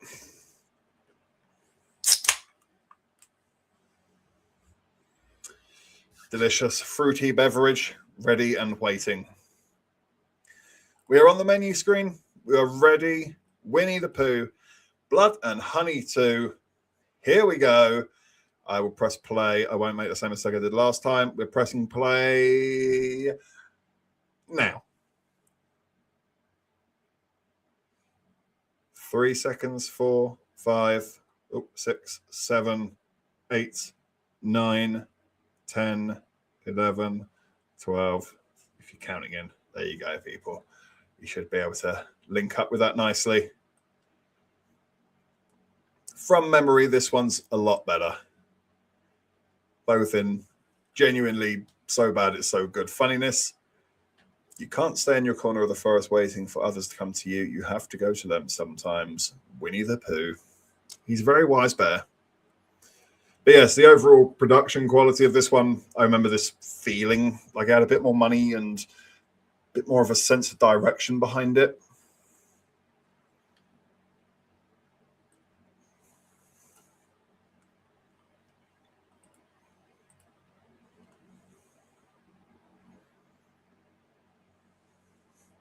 It's the Book of Dead.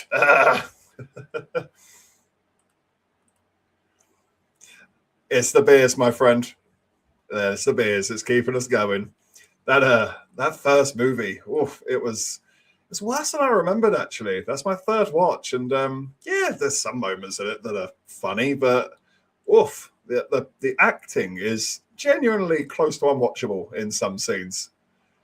This one I remember being a lot better. But thanks for tuning in, Mike. It's always good to see you, bud. This could be a bit of a regular thing on IMO reviews in the future. I don't know how regular. Like, I don't want to commit myself like every single week to it, but maybe there's like Bad Movie Fridays or something like that. We'll live stream one Friday every month where we just pick an absolute piece of trash and we just have a few of these, a few chin wags with you beautiful people in the chat.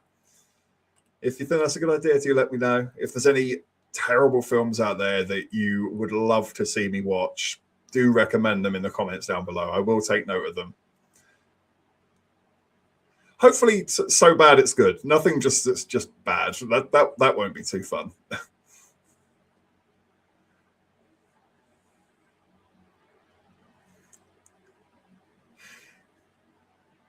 Even this opening animation section is significantly better than the animated section of the first.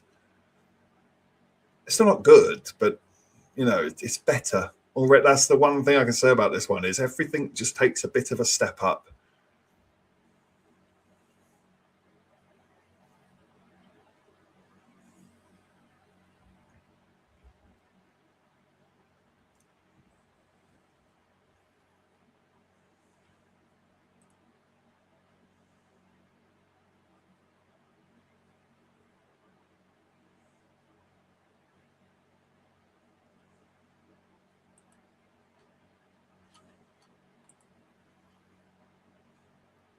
I think it gets straight into it as well. I'm pretty sure all of these like get murked early doors.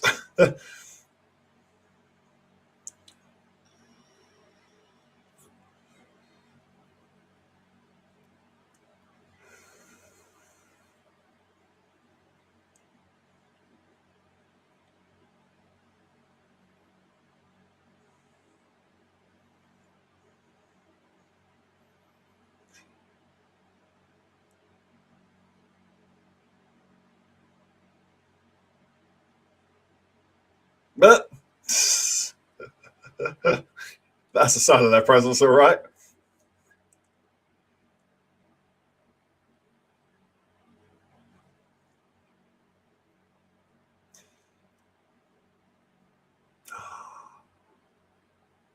I think it's Owl, isn't it? It's not Tigger yet.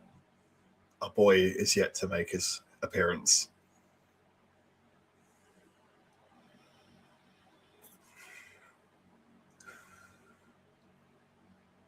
See again. These actors are not amazing, but it's better. It's just a little step up. At least they're actually performing. They're not just reading lines like the last lady was.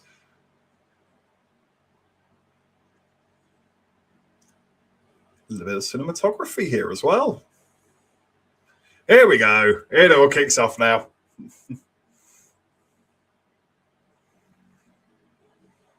Yes, it's Owl. Owly boy. I still want them to bring Kanga into this. I need Kanga and Roo.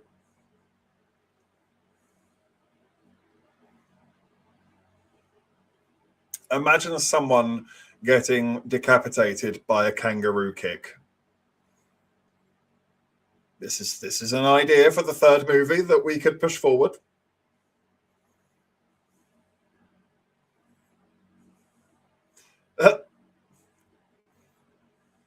He's trying to tip a caravan, which, yes, is impressive, but the way he's doing it is making it kind of pointless. Like, she ran away. Why is he still doing it?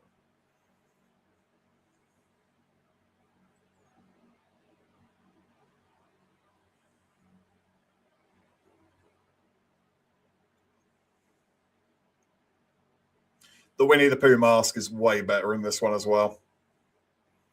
That weird plastic crap in the first movie is, oh wow, the fire graphics still suck. Yeah, that mask in the first one's dreadful.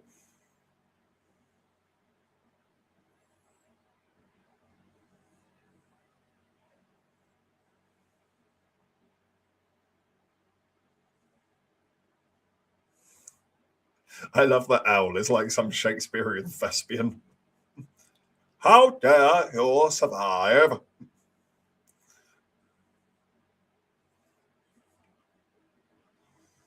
Oh, she got messed up.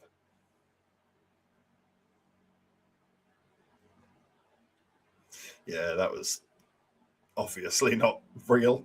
Ah! That's the best ankle snap I've ever seen. That was like doing it on Stretch Armstrong. Free. This woman is just Stretch Armstrong. She has the limbs of Harry Potter when he has his arm all floppy.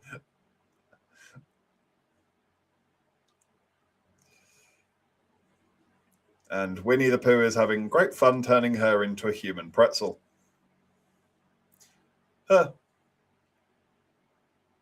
See, kind of a cool idea.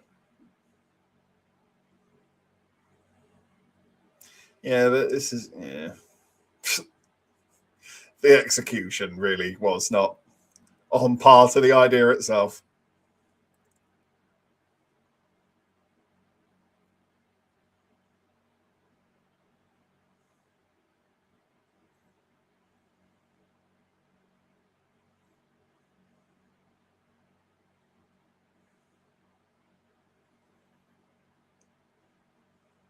Where did he get that log from? That amazing. Love that. That's getting a round of applause from me. That's a brilliant opening. Love that. Every inch of it was perfect. Thespian owl giving it a bit of this after killing someone. Love that. That was amazing.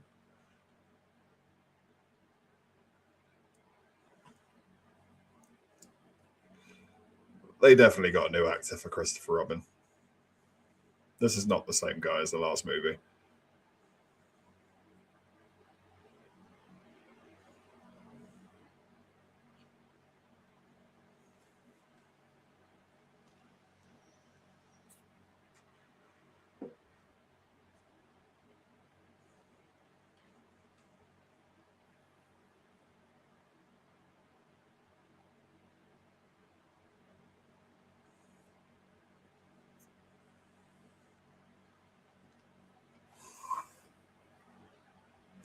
That was childish of me.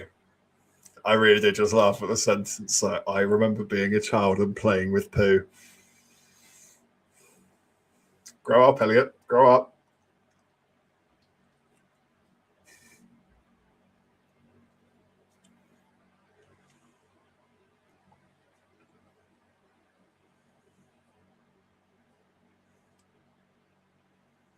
Why is he dressed like Robert Irwin?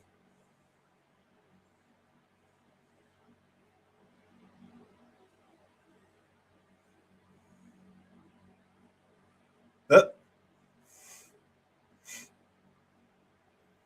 they still struggle with those quite simple transitional shots and things like that. Chris is 8 miles away. She's literally there. She's just there and she's waving at you, while also honking a horn, even though both of her hands are in the air. Like, come on, that's so easily to be fixed.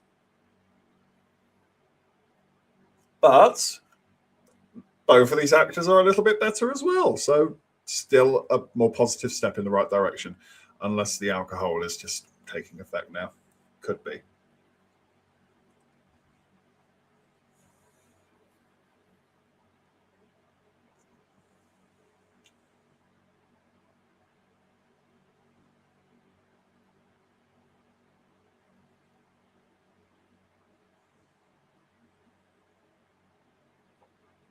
Poohberg could technically be among the people. We've seen him drive a BMW. He has a license, clearly. He could come to town.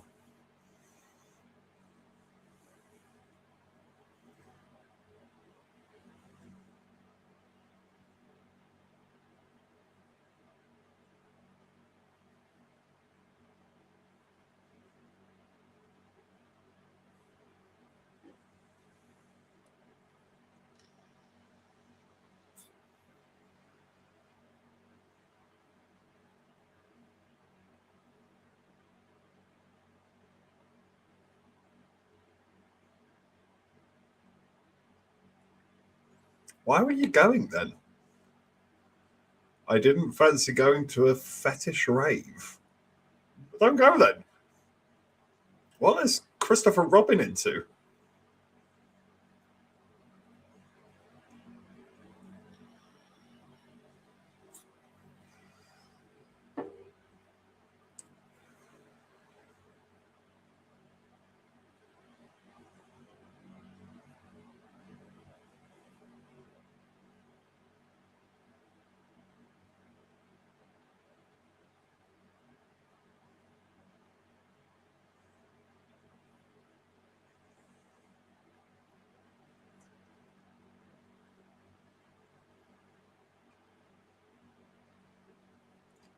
Again, at least they're trying to do some character development here.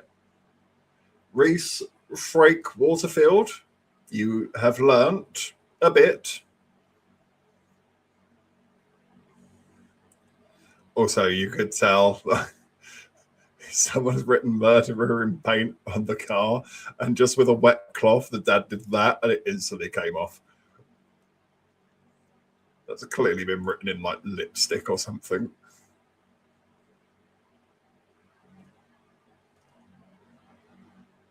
Cool it in. We've got one big bear and one big owl on the loose.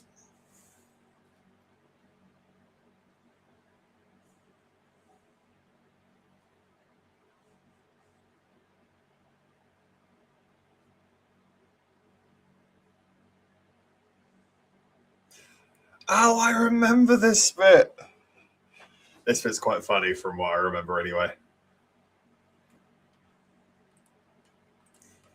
What film are you most anticipating this year or top 5? I think the one that really is standing head and shoulders above the rest at the minute for me has to be The Odyssey. Chris Nolan with no restraints on him, just fully doing his thing with as minimal CGI as possible. I will be there first day, first showing. I'm so excited to see it. I really hope it doesn't disappoint. But there are a lot this year that I'm really looking forward to. I think there could be some really exciting films for 2026. I'm hoping Marvel's Spider-Man Brand New Day. I'm hoping that doesn't disappoint. He-Man could be fun. Yeah, I think 2026 is going to be a big step up from 2025. I was a bit disappointed by 25. How about you, Andy? What's your top 5 for the year?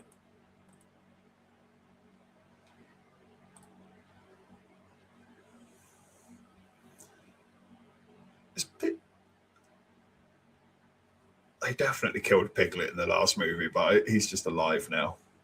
Tigger!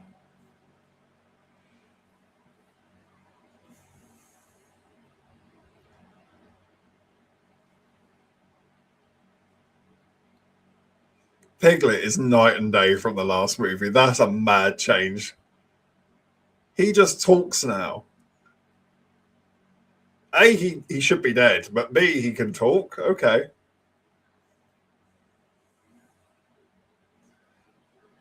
Thespian Owl.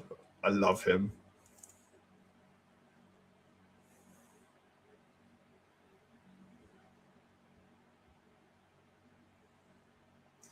Tigger agrees with a big growl from his his cell.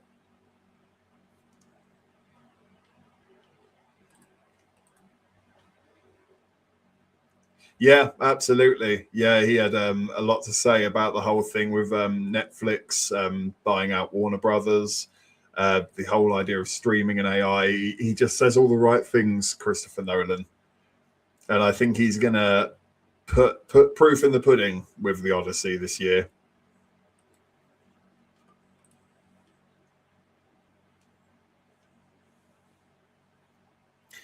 DJ Khaled is hunting Winnie the Pooh.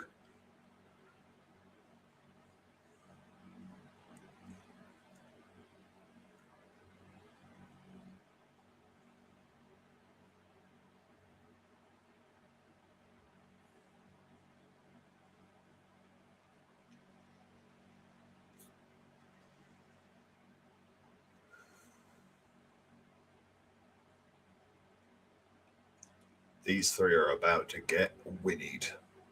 Bosh.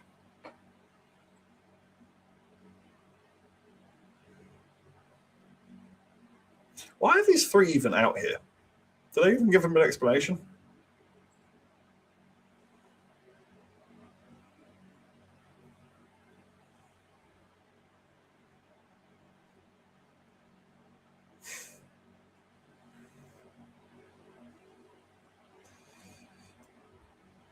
They still struggle with the dark scenes. It's a little bit of lit, but it's not great. Piglet coming at you.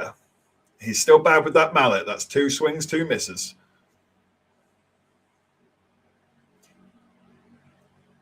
If I kill off Piglet now, I'm going to be furious. He shouldn't even be here anyway.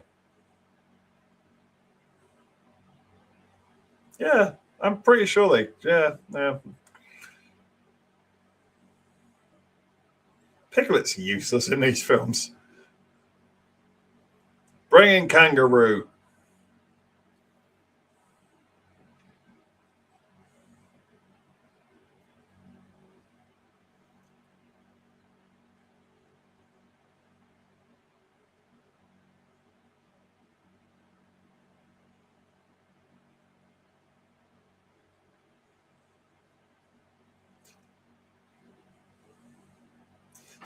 What happened? His throat's wide open.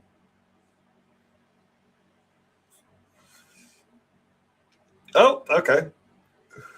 Just made him shoot his friend. Oh, okay, that was cool. Now pull the trigger, though. Pull the trigger, it'll be funny.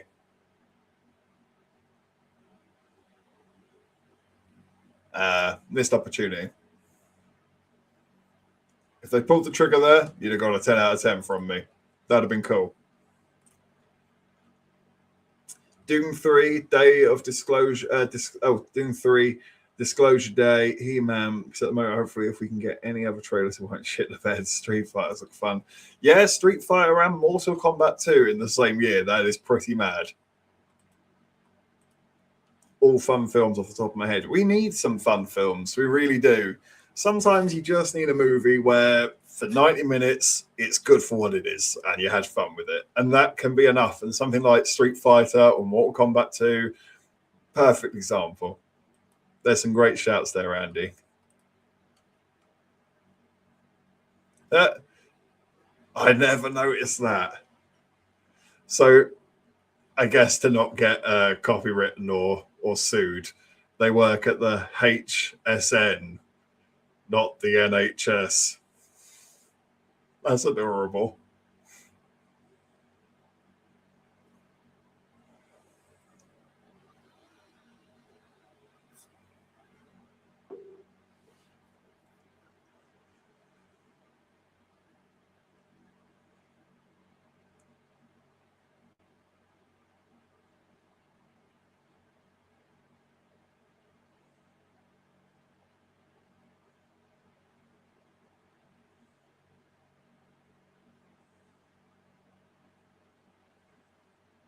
He just said, well done to that boy's backside. I don't think it's meant to look like that, but that's what that looked like. Christopher Robin, you're going to have to work for Christmas.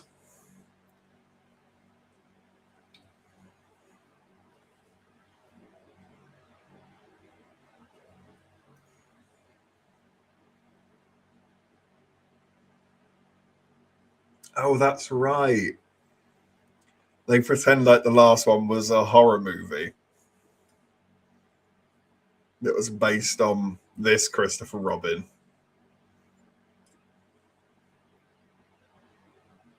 It's kind of fun. It's a fun idea. I'll give them that.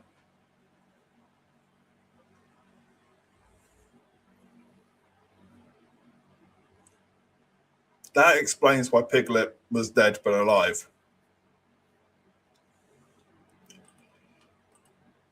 Where's Slot going to be next season, and will Liverpool be in the top 4? I knew the Mancunian couldn't resist. I have to admit, Marseille game filled me with a bit more joy. Was actually quite worried going into that game. I really thought that we were going to do what we have been doing, get a 1-0 lead, sit back and protect it, and inevitably draw 1-1 in the 88th minute. Have 30 shots, 1 on target, while the opposition has 1 shot and 1 on target, and it's always a goal. But actually, Marseille, something that seemed to click there. I thought it was much stronger, much better performance. But I also don't want to get too carried away because it's also Marseille of Ligue 1. Nothing against them. But, you know, Premier League's a higher standard and better opposition will play better than that. But promising. So I can't say I'm fully behind Slot, but if he can fix it, then fair play to him. I will give him the benefit of the doubt. There is some, I don't know, there's just a part of me that just feels like he's got a ceiling and this is it. He's always going to play safe football rather than fun, exciting, go and get the game football, which is what Liverpool have been so used to for the last 10, 15 years. So it's a hard adjustment to be like, well, this is entertaining to watch when it really isn't. But if it gets results, you know, can't complain too much, but it's not always getting results. I don't think he is going to be there this time next year, to be honest, when you've got people like Alonso and Enrique on the market. But you never know. He may surprise us all. Yeah, French League isn't great. The standard is PSG or everyone else, basically. Project Hail Mary is a book I liked a lot, but not sure how it will translate to a movie. It's just Ryan Gosling talking to an alien that is mostly described as being gross. I've seen the trailer. I didn't think too much of it, but a lot of people did say the book was very good. So I think like a lot of the hype for this is more about the book than it is the film, but we give it a go. I think, is that going straight to Netflix, I think?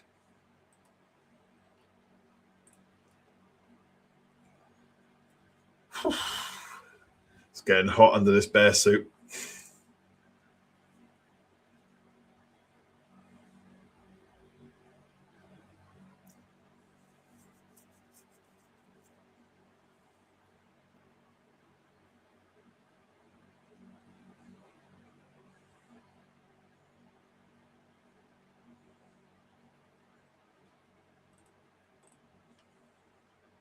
Oh, it's going to theatres. Oh, fair enough. I think maybe where I just saw it as a Ryan Gosling film, and it looked a bit like that last one that he did. I assumed it was just going straight to Netflix.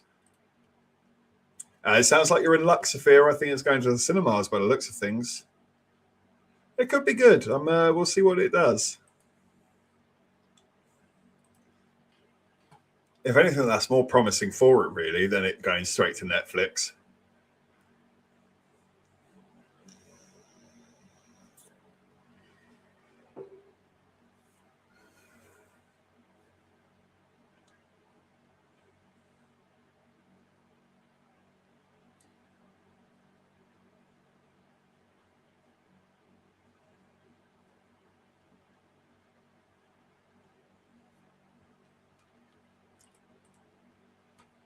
Don't quote me, but I'm pretty sure I heard it was. I'll give it a quick Google just to see.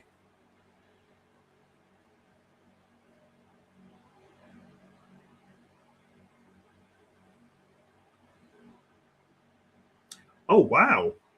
Apparently it has a 2-hour, 46-minute runtime. That's mad. Nearly 3-hour long runtime.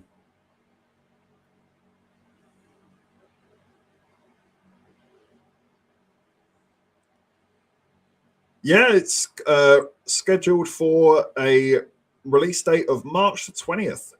And that's both in USA and UK. Both have the same release date. The film will be available in major cinema chains, including Odeon, Cineworld, and IMAX. Close to 3 hours long. I wasn't expecting it to say that. I think I missed a kill there, but never mind.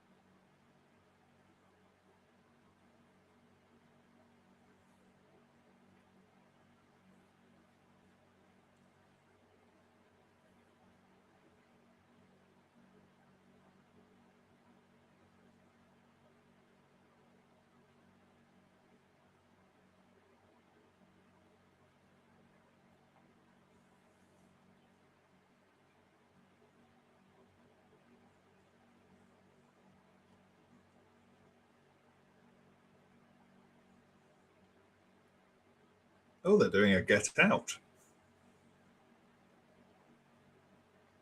He's going to start sinking into the chair.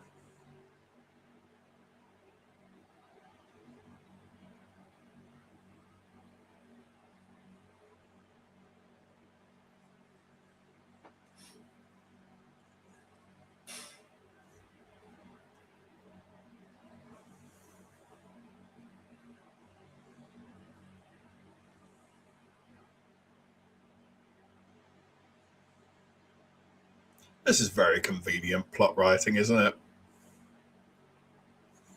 He gets hypnotized into remembering things. All these years, he just couldn't remember.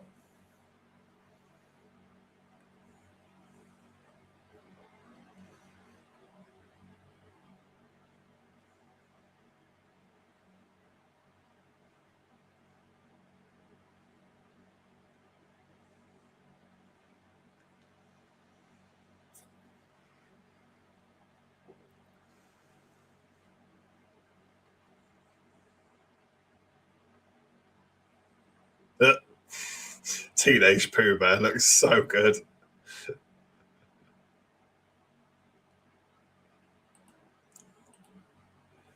Have you watched any of the Star Wars films or Aliens films, Raiders, etc. on Disney Plus? They have all been cut to bits. I actually got rid of my Disney Plus subscription last year, I think it was. I realized that I just didn't really use it. Any of the bits on there that I might have been interested in watching, they've all been altered or edited or removed entirely because they're controversial in some bizarre, stupid way. I saw the other day something about Pocahontas, the song Savages. It's been completely reworded so that it's no longer offensive. It's like, it's kind of missing the point of the song. It's kind of meant to be a bit offensive, and it's not like, it's just completely derogatory towards Native Indians. The Native Indians talk about how horrible the white man is and how dreadful the Americans are, the English are for invading.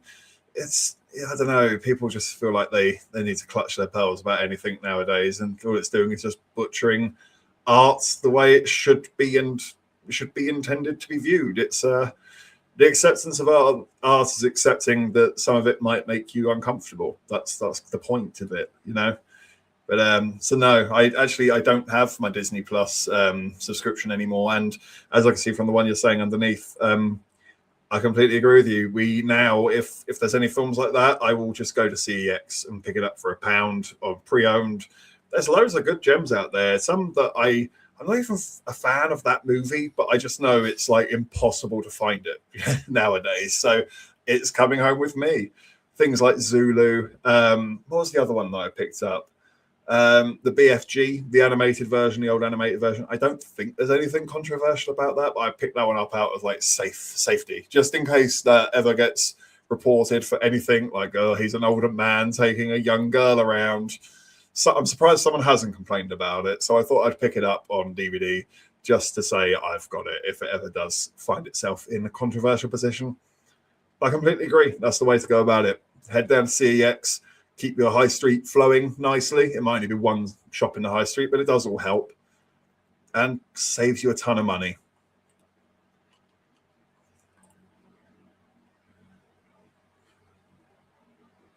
Or if you go to your local Asda, these were £5 each. Bargain.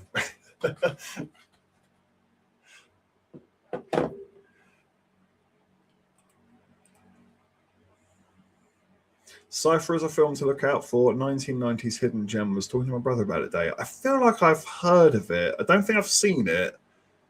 It's ringing a bell. Maybe if I Google it, that might jog my memory slightly. I'll bear that in mind. Thanks, Andy. Cypher.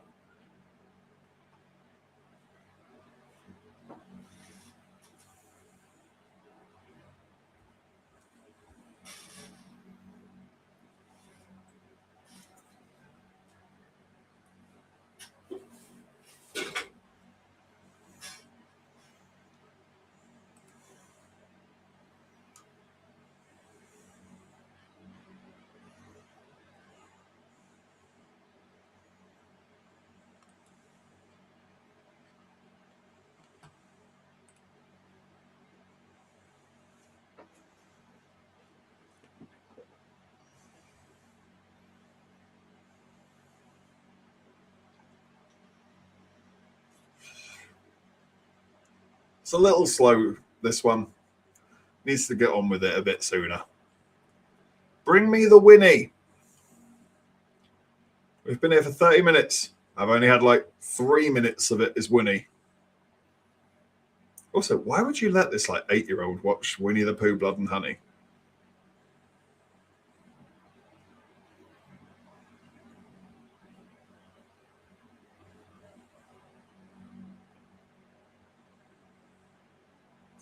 And third of all, you shouldn't be watching it. You're 10.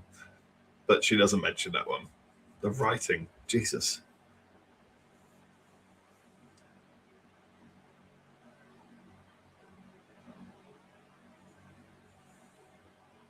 Why is she English but he Irish? They're doing that thing again where everyone's accent is just from everywhere. Uh-oh. She's going to get jump scared by a 4-year-old. Terrifying.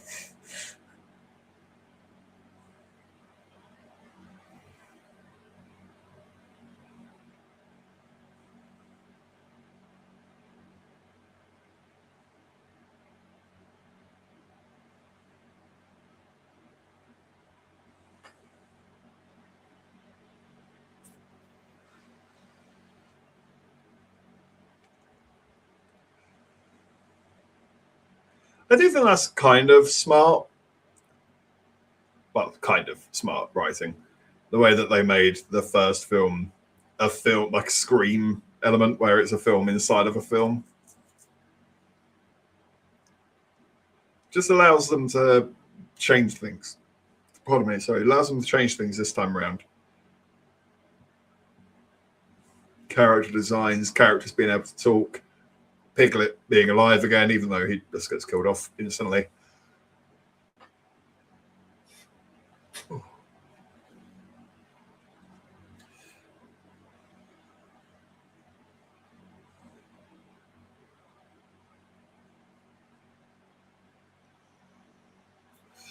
It's Tigger! We've got Tigger! He's here! Oh boy, he's arrived! Slash him up. Slash him up, baby. Steal the show. There's 55 minutes left of this movie. Steal all of it, Tiger. Go for it. The floor is yours.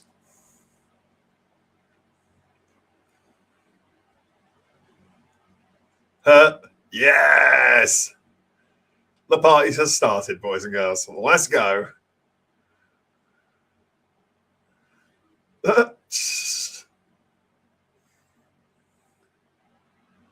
Let's bounce. That's my line. Heaven. Absolute cinematic heaven. That, ladies and gentlemen, is what we do this for. Moments like that. That was so crap. It was good.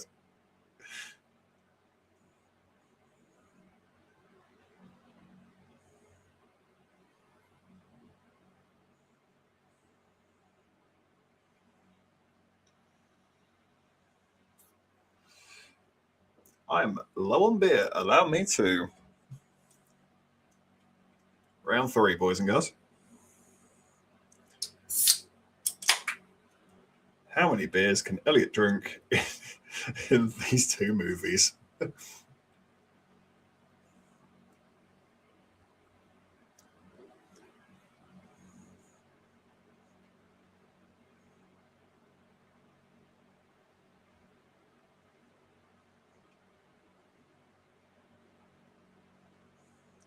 See, it's moments like this is what I mean about the still isn't going far enough. On one hand, I want to praise them for actually like trying to give some character development. They have learned from the mistakes of the first one. They're focusing on just one character instead of having just a litany of anybody. But it's too boring. And yes, the performances are better, but they're still not good enough to genuinely hold the scene, especially when the writing isn't there to support them. It's a good bloody effort, but I just think that the way to go with these movies is fully all-out comic horror. I even want these scenes to be kind of funny.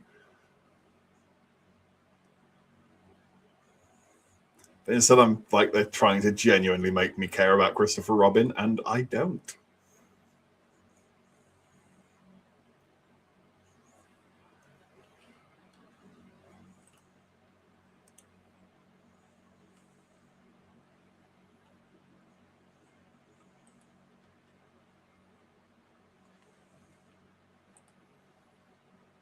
He's been in a few things before.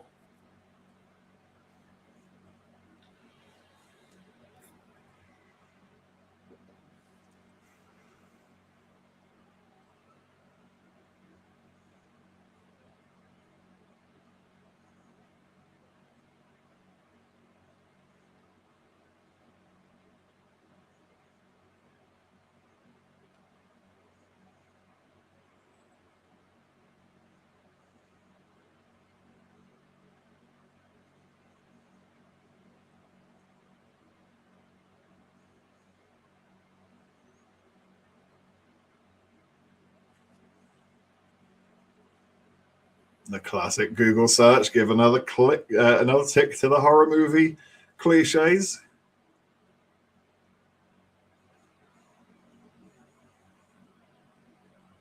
That's the same page that he got last time. He put in 2 different searches and got the same result.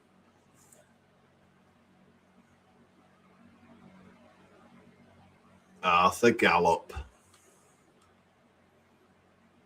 Looks like Arthur Gallop's been doing some weird shit. Let's do that bit where we highlight the word. Unexplained disappearances.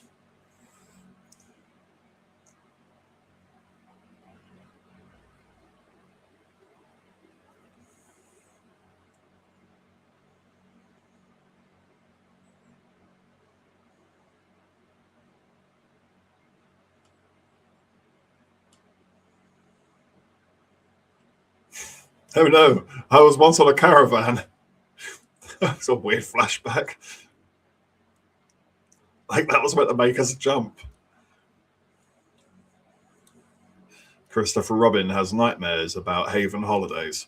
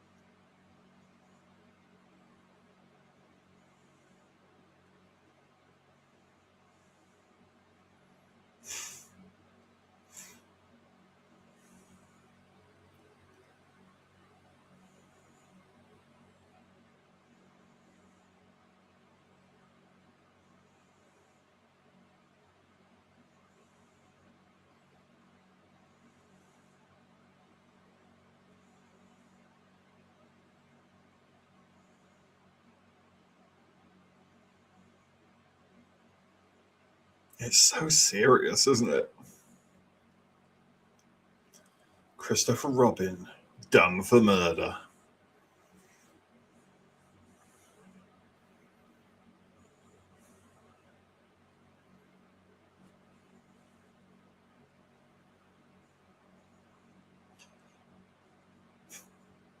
What's he like? Oh. Yeah, the acting isn't that much better. This will be the weird fetish rave they must have been talking about earlier.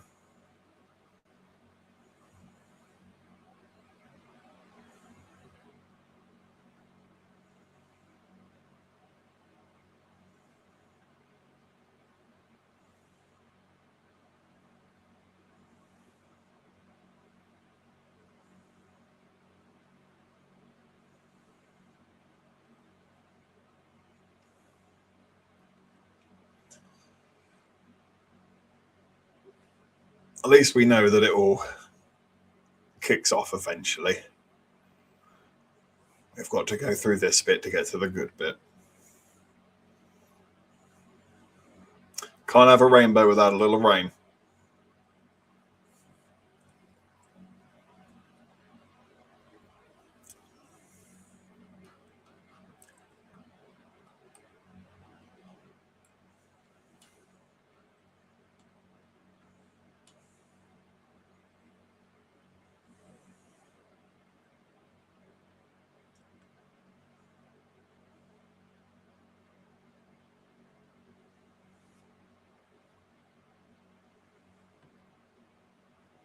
Yeah, she a bitch.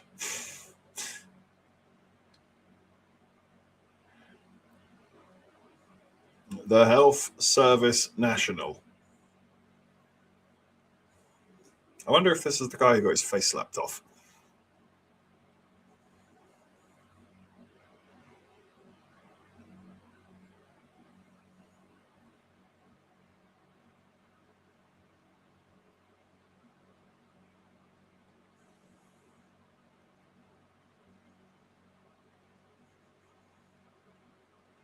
It was giving me flashbacks of Hannibal.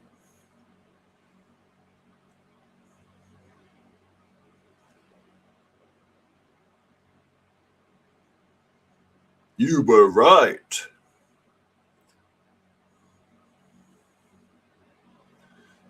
Why do they need privacy? The man can't speak.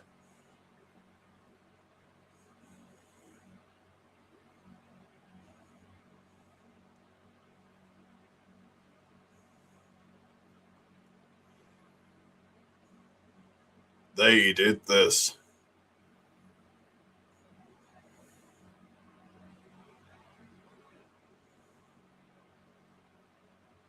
He is the Invisible Man.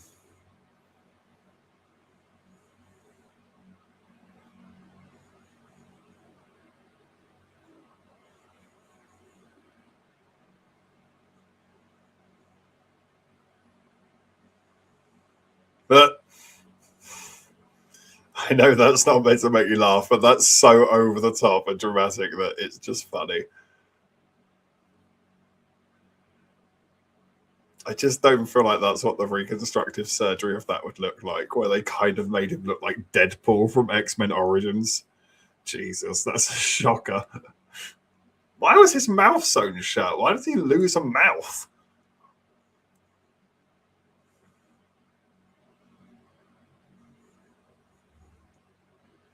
Oh god, yeah, forget there's that whole thing with the old man. This is probably like the weakest part of this film, the whole thing with him. Really didn't care about anything that they were going through.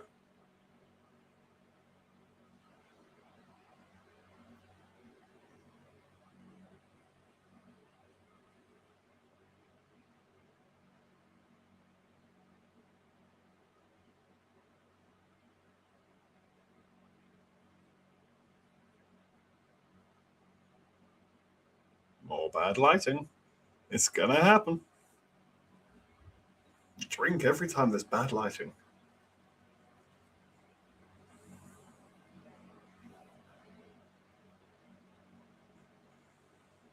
Oh, watch out for the brains on the floor.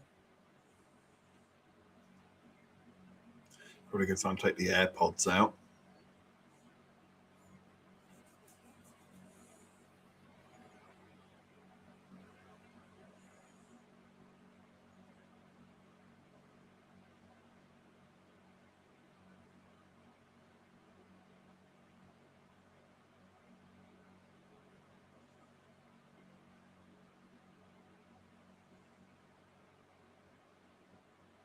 Yeah.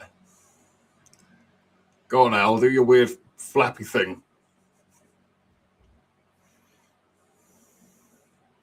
Oh, yeah, that's right. He vomits on them. Kind of makes sense, though.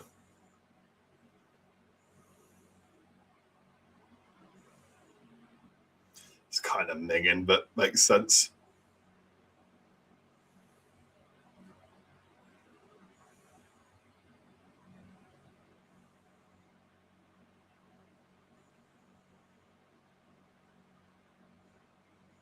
Oh no, slow-mo shower. Drip.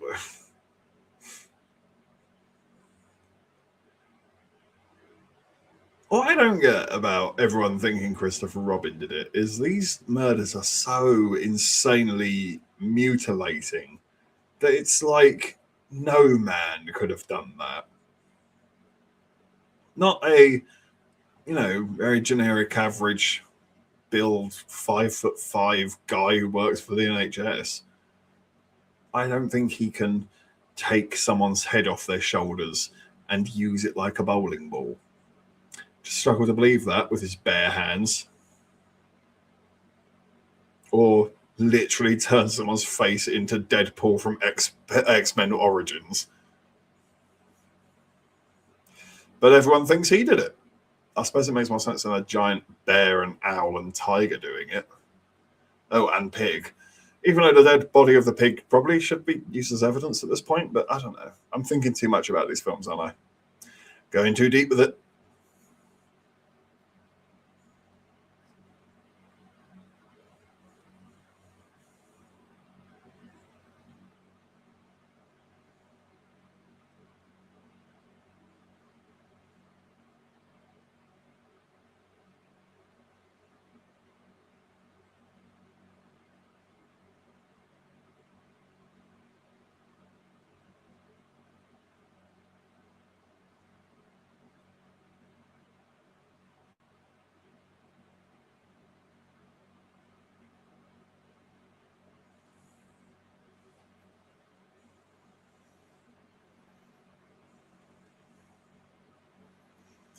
Yeah. I remember this bit being really boring.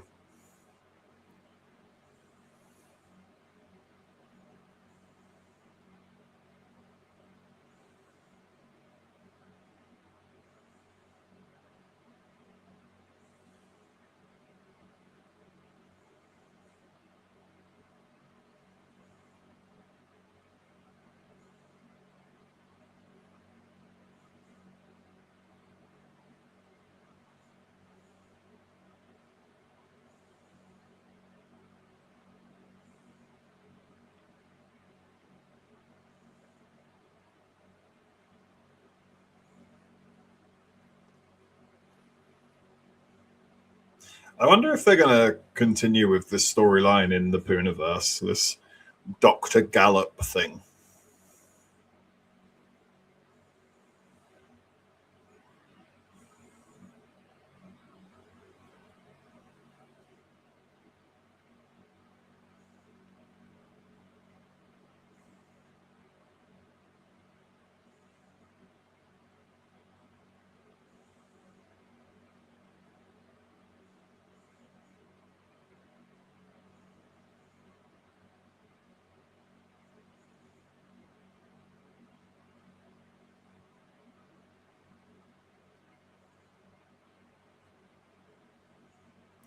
Oh, that's right. Isn't it that his brother is Winnie the Pooh or something like that?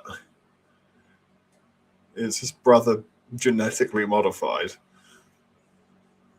DNA.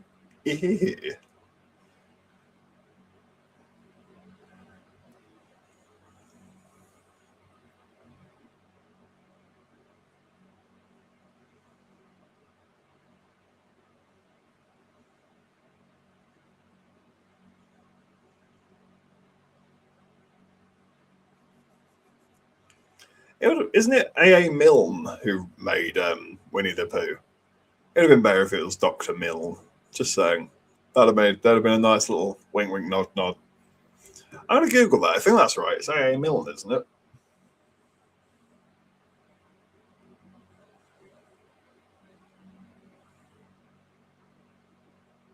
Yeah.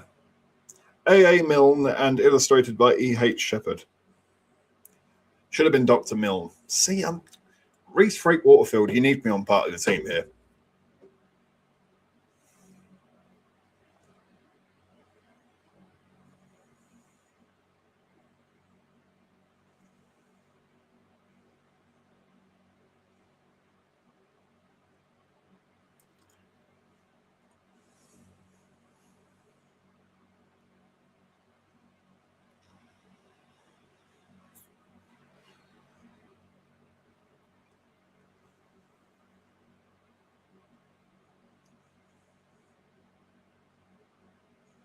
The zombie kids survived.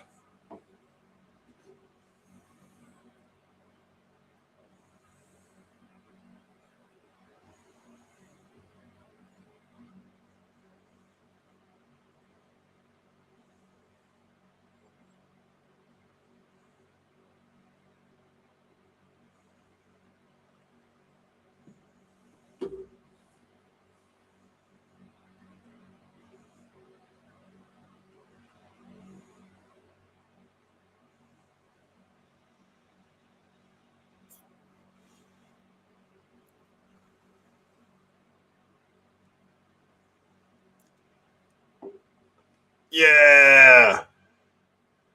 Zombie Winnie!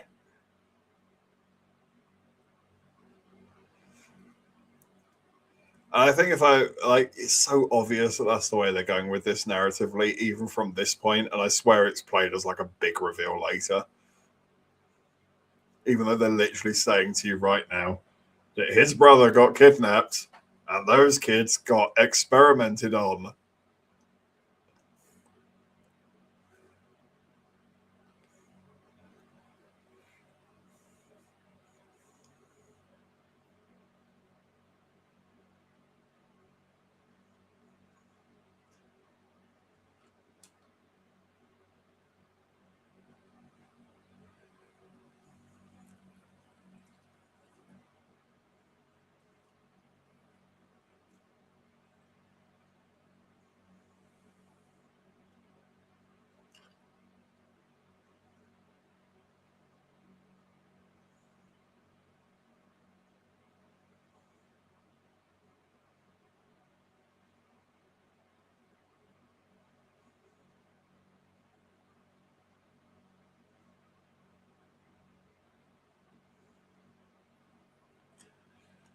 Well, a lot of tell, don't show going on at the minute. Like, the guy can act. He's half decent, but it'd have been better if you could have showed this to us.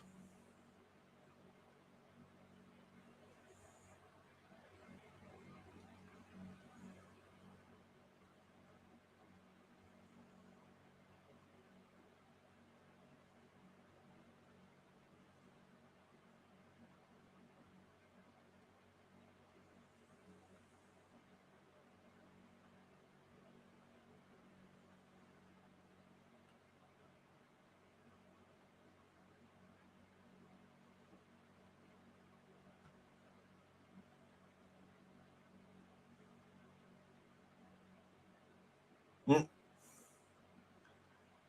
You know what that means.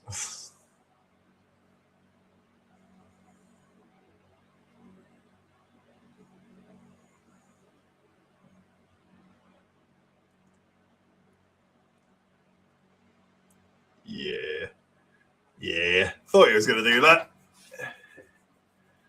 Oh, he likes a waffle, doesn't he? Bloody hell. That felt like 20 minutes of the film right there. All of it just plot explanation. The guy can act, but Christ almighty, give him something to do rather than just drop plot on you.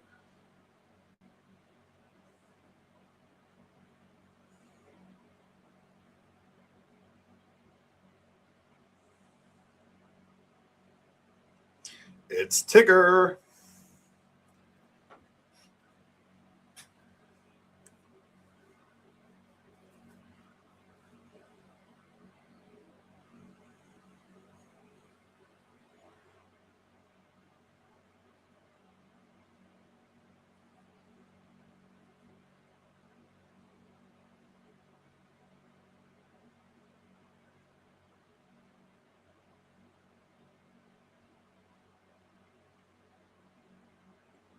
We've got a whinnying intrusion.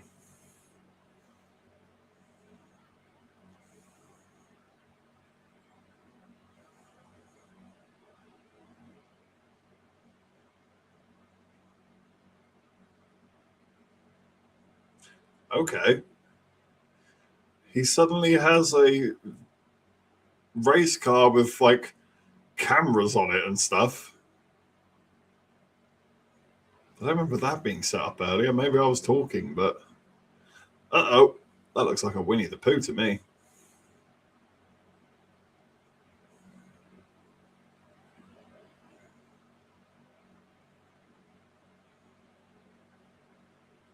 What did you think he was going to do? Race you on Mario Kart? And now you're in the worst hiding space imaginable. Like the most obvious hiding space. Not the smartest characters we've got here. Yeah, the Winnie the Pooh mask looks so much better in this version. I mean, it's not exactly amazing, but it's way, way better than whatever the hell that crap was in the first one.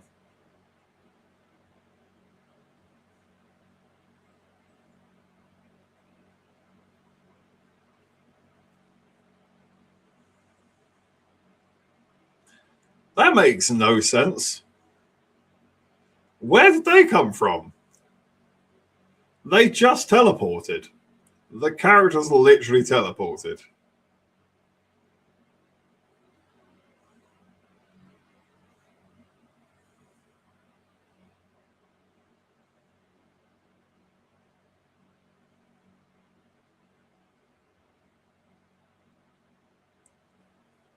About to get our poo on.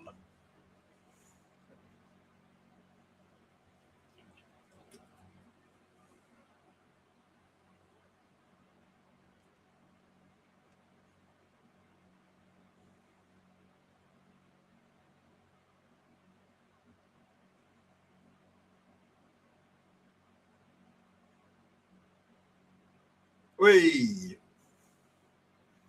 Send them in one up by one.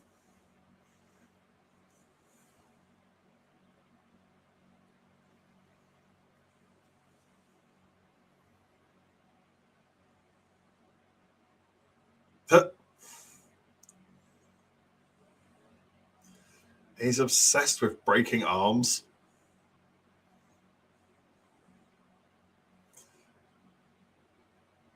And then he's going to beat her with it.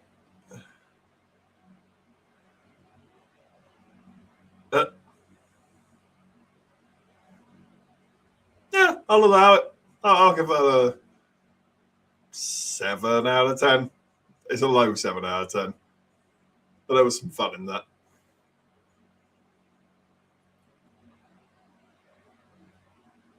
This will be Dr. Gallop, I'm assuming.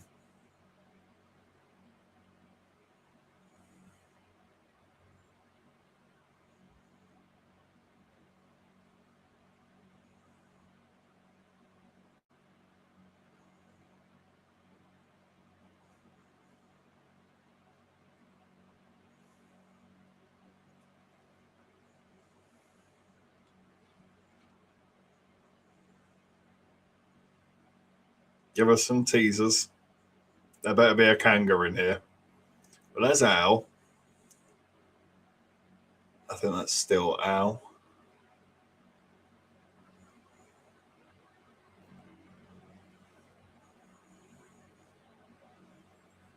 I don't know what that's meant to be.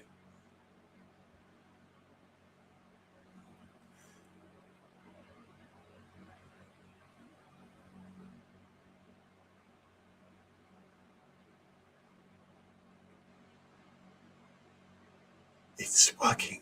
They're alive.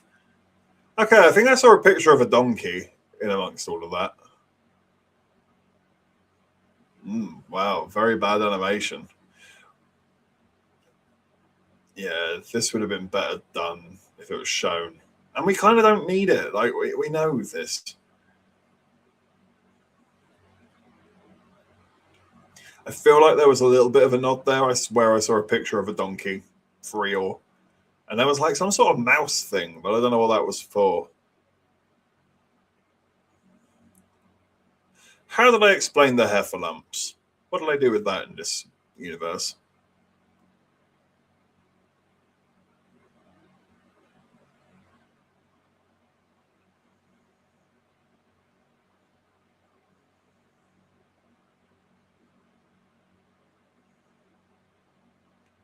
So he turned these boys into monsters for some reason, and then was unhappy with the result and now tries to kill them all.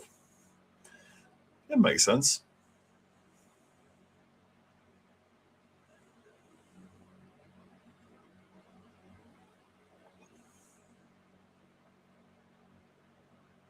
Well, you're about to see it, love. Because your teammate's got a hand sticking out of her own mouth.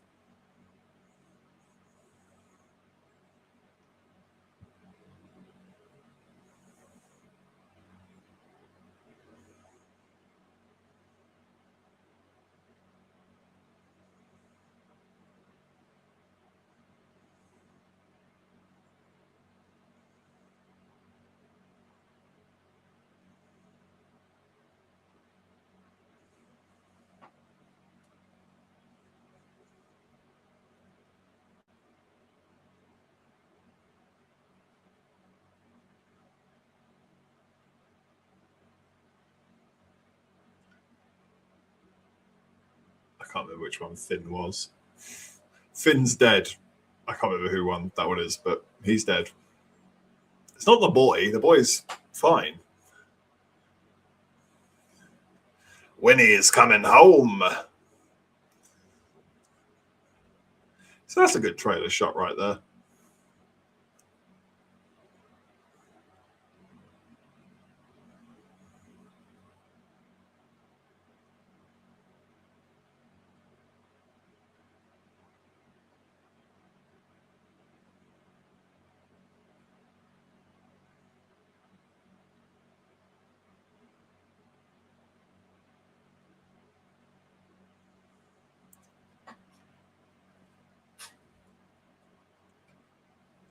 He's gone to the mother and father's home.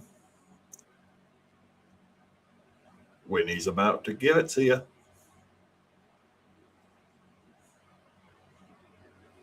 How much longer have we got? There can't be much more of this. What is it? 25 minutes? Wow, we have flown through these. They are only an hour and a half each, I suppose. So, yeah, it's 25 minutes to go. For such dreadful films, it's gone surprisingly quickly, which I will thank my beautiful chat for. Keeping me more entertained than these movies ever possibly could. Oh, I remember this bit. This bit was actually cool. Although mega obvious, but yeah, it's pretty good.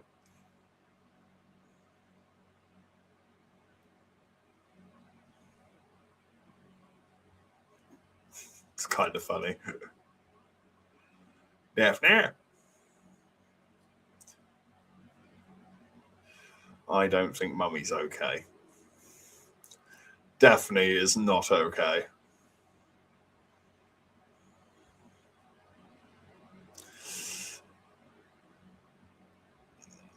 Don't like eyes. Didn't love that.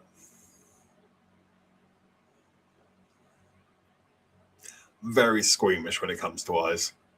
Oh, it sounds like Daddy's getting it too now.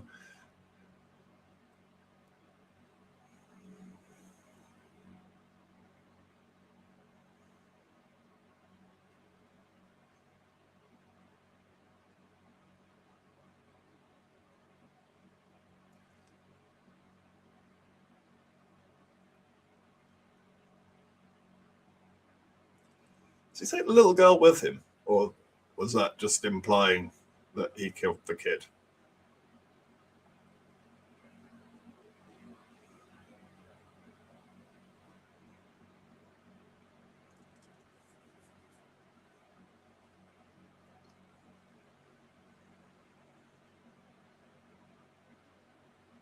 That was a semi-decent shot in this movie. Well done. They can do it.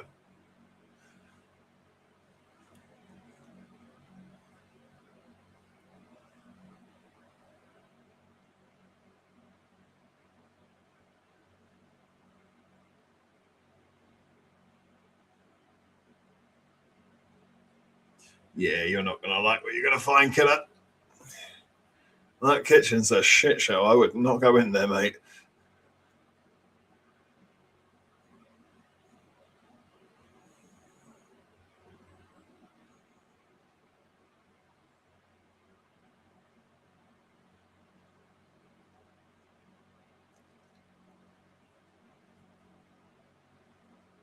Ugh.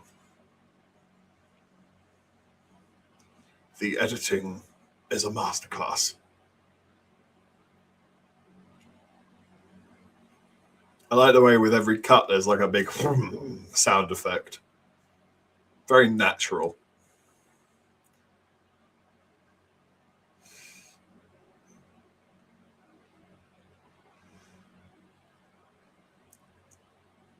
I can't remember if Winnie the Pooh took the kid. I think he might have taken the little kid.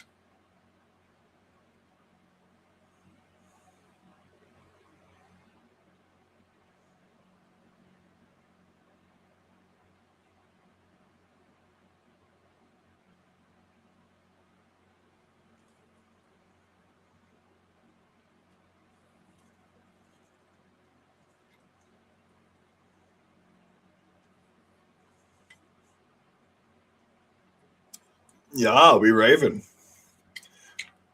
I'm happy because I know that this is arguably the best bit in the whole film. Not just because of the naked people. I'm talking because Tigger goes crazy. I find it hard to believe that this is Christopher Robin's crowd.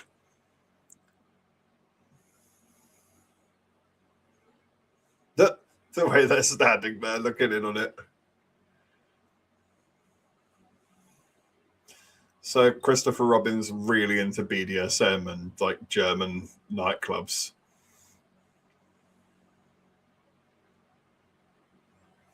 Here we go. It's like the best bit of the whole film.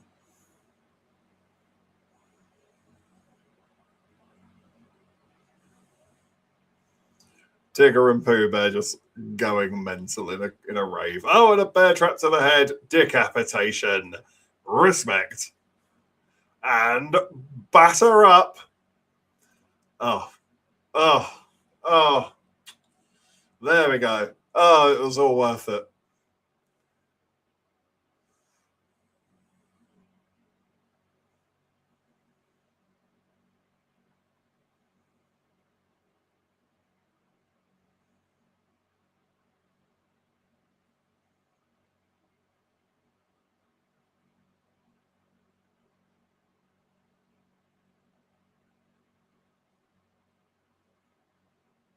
Where'd Tigger go?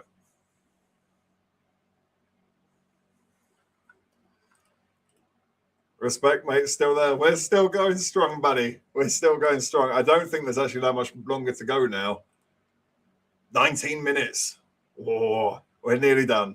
And the good news is it's like picking up now. I feel like we've got through that middle hump of just boringness in the middle there.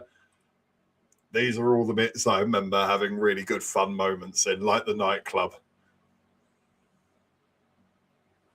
But yes, thank you, Andy. Thanks for watching along tonight. I really do appreciate everyone who's tuned in, even if they're just 5 minutes. Everyone who's hit the like button, subscribed, commented, you're all absolute superstars. I really do appreciate you taking your time out on your Friday night to spend it with us. So thank you so much. I think it's the golden... Yes, I just heard a tiger growl. Our boy's here.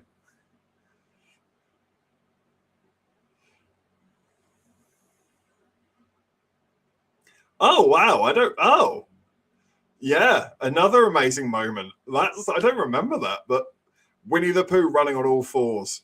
That's worth it. That's worth the price of admission.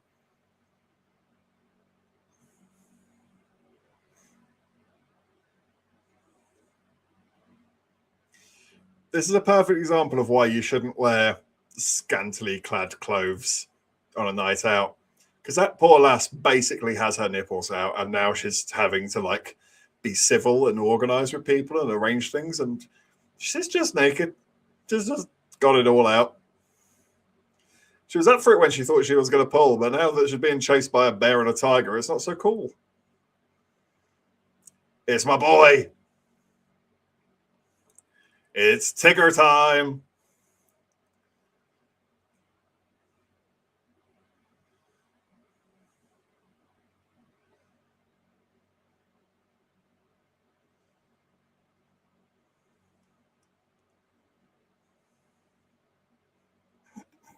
What is this acting?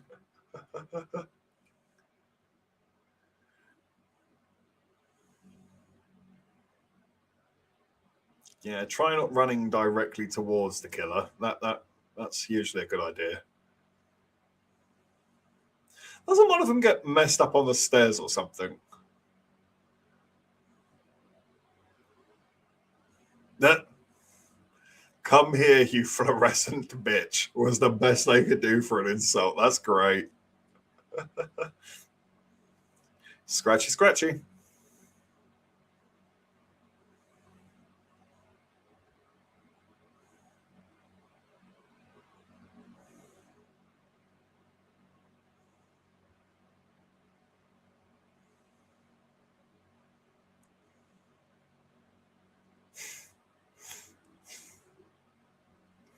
It's so cheesy. It's time to clip those wings.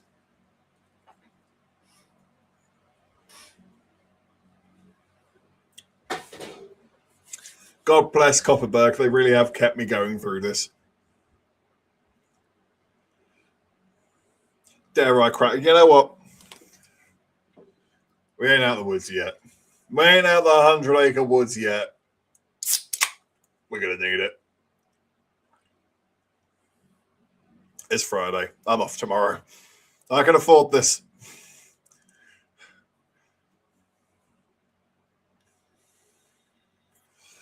Yeah, I think this is the bit I'm thinking of. Oh, there it is. There's the musical number.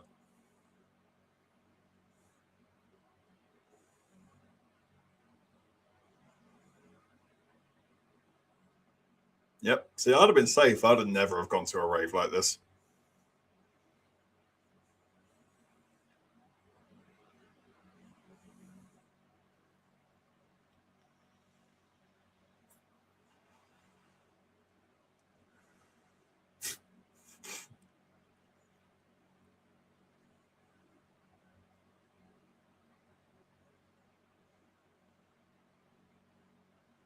Down the hole.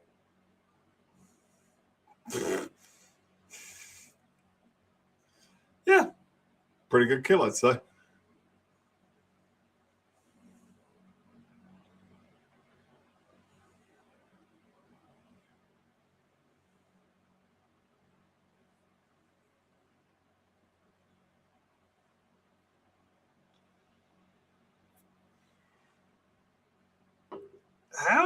How did she not notice? Oh, Tigger really is the best thing about this film.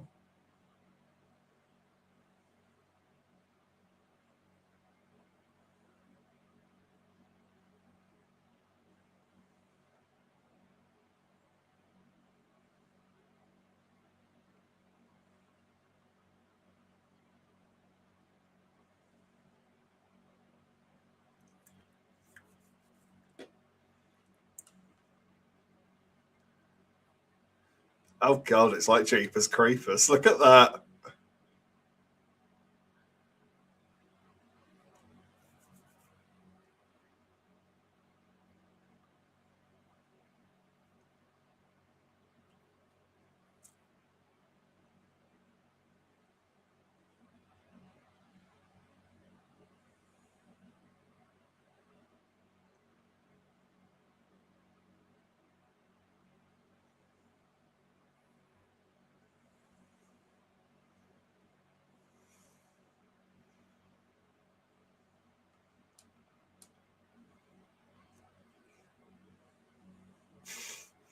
Where is Pooh?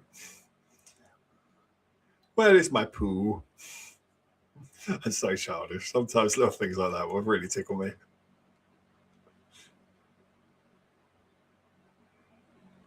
Yeah, you deserve this for not believing me. You basically uninvited me because of that.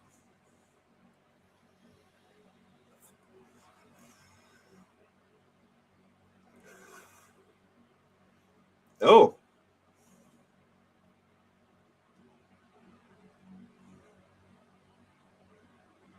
Oh, Christopher. Why are you just shooting wildly at nothing? That's stupid.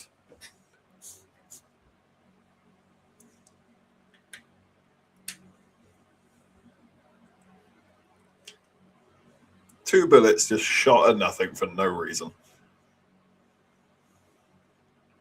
Oh.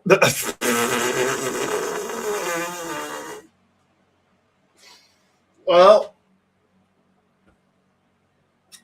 there it is.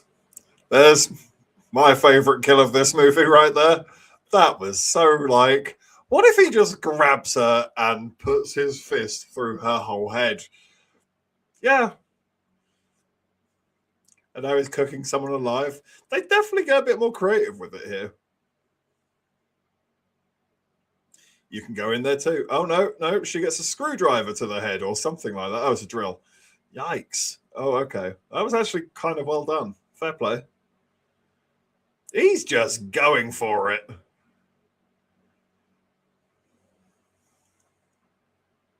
Yeah, love you. You would not be able to scream at this point.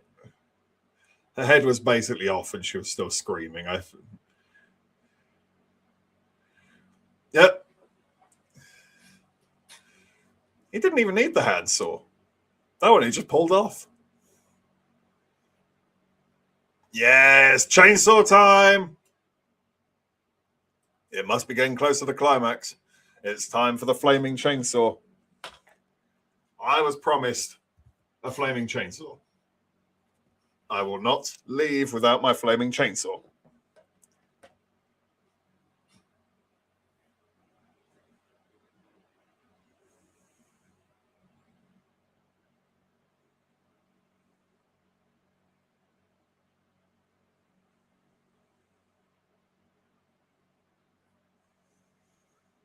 Oh yeah, she's long dead, brother. Brother, we are an hour and 20 minutes into this hour and 30 long minute movie, and you're asking, where is your sister? Dude, I could have told you an hour ago. She is toast. She is deadamundo.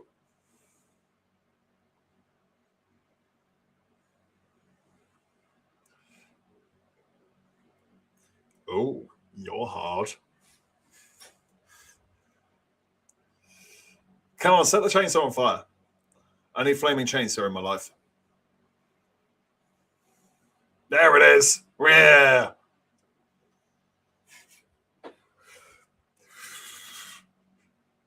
Okay.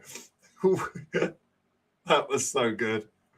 Winnie the Pooh's face basically said, I wasn't expecting that when it suddenly set fire. Jesus Christ, I know we're in a fight and everything, but look at that. It didn't exactly scream, oh yeah, you're screwed now. Love it. So stupid.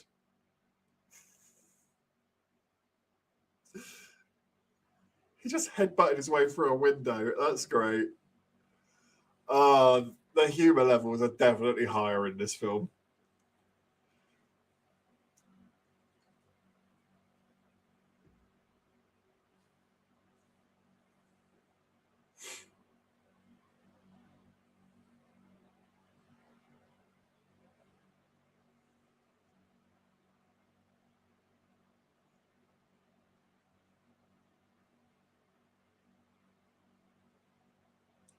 Why did he stop?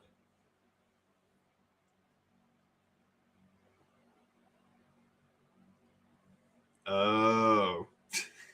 I will laugh every time I see Teenage Pooh Bear.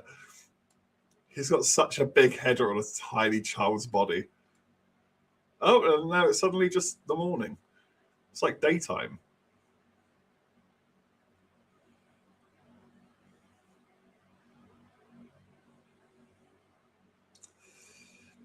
That's a dreadful shot.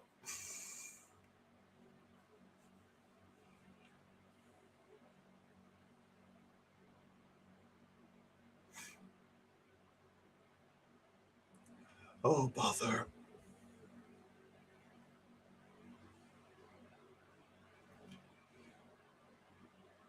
Pretty sure your sister's long gone, my friend.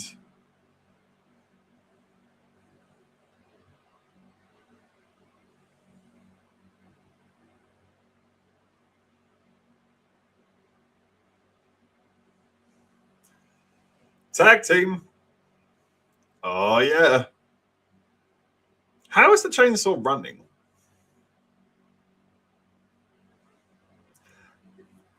He said the line. Oh, bother. He just didn't do it with the voice like I do, because I'm a professional at the end of the day.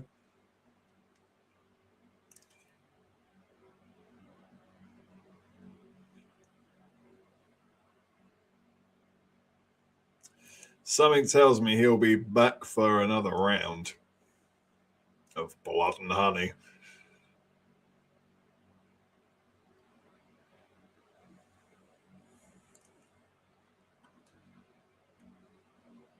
I wonder if it has another mentally jarring ending like the first one, where it just suddenly cuts to the credits out of nowhere.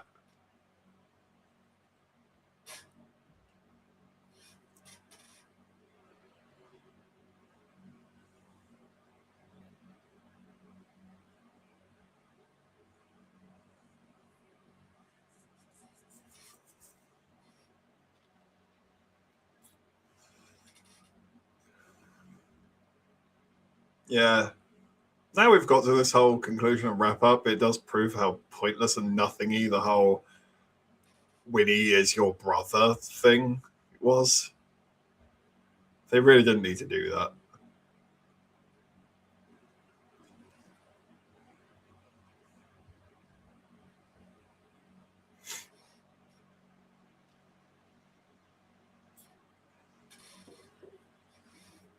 But Al's still about.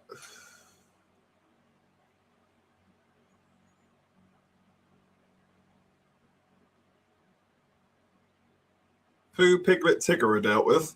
Well, Tigger's wounded. He's not dealt with. But Al's still out there. Al's still good.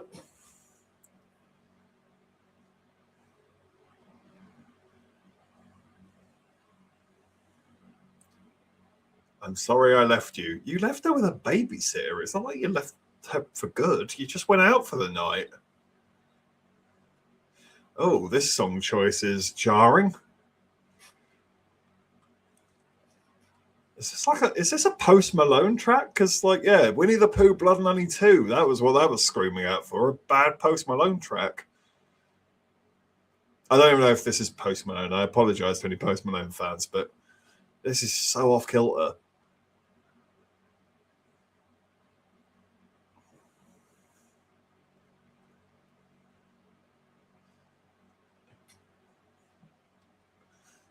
It's like the rave music all over again.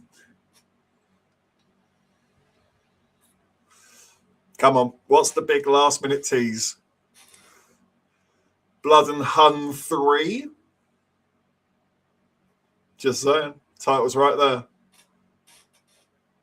Oh, no tease. Is there really no little teaser?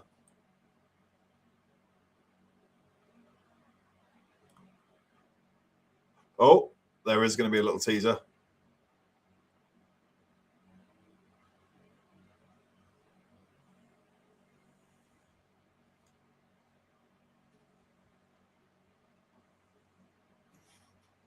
Why has he stuck his fingers in the honey? What a weirdo.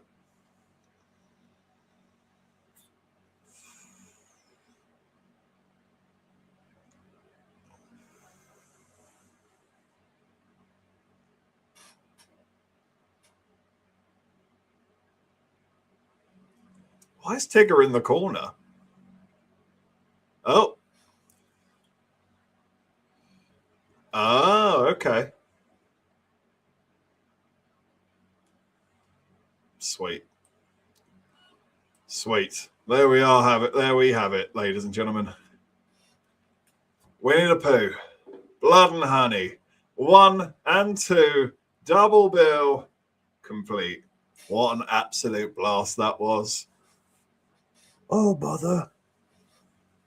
I had a great... Oh, Christ, what's happened to my hair there? God.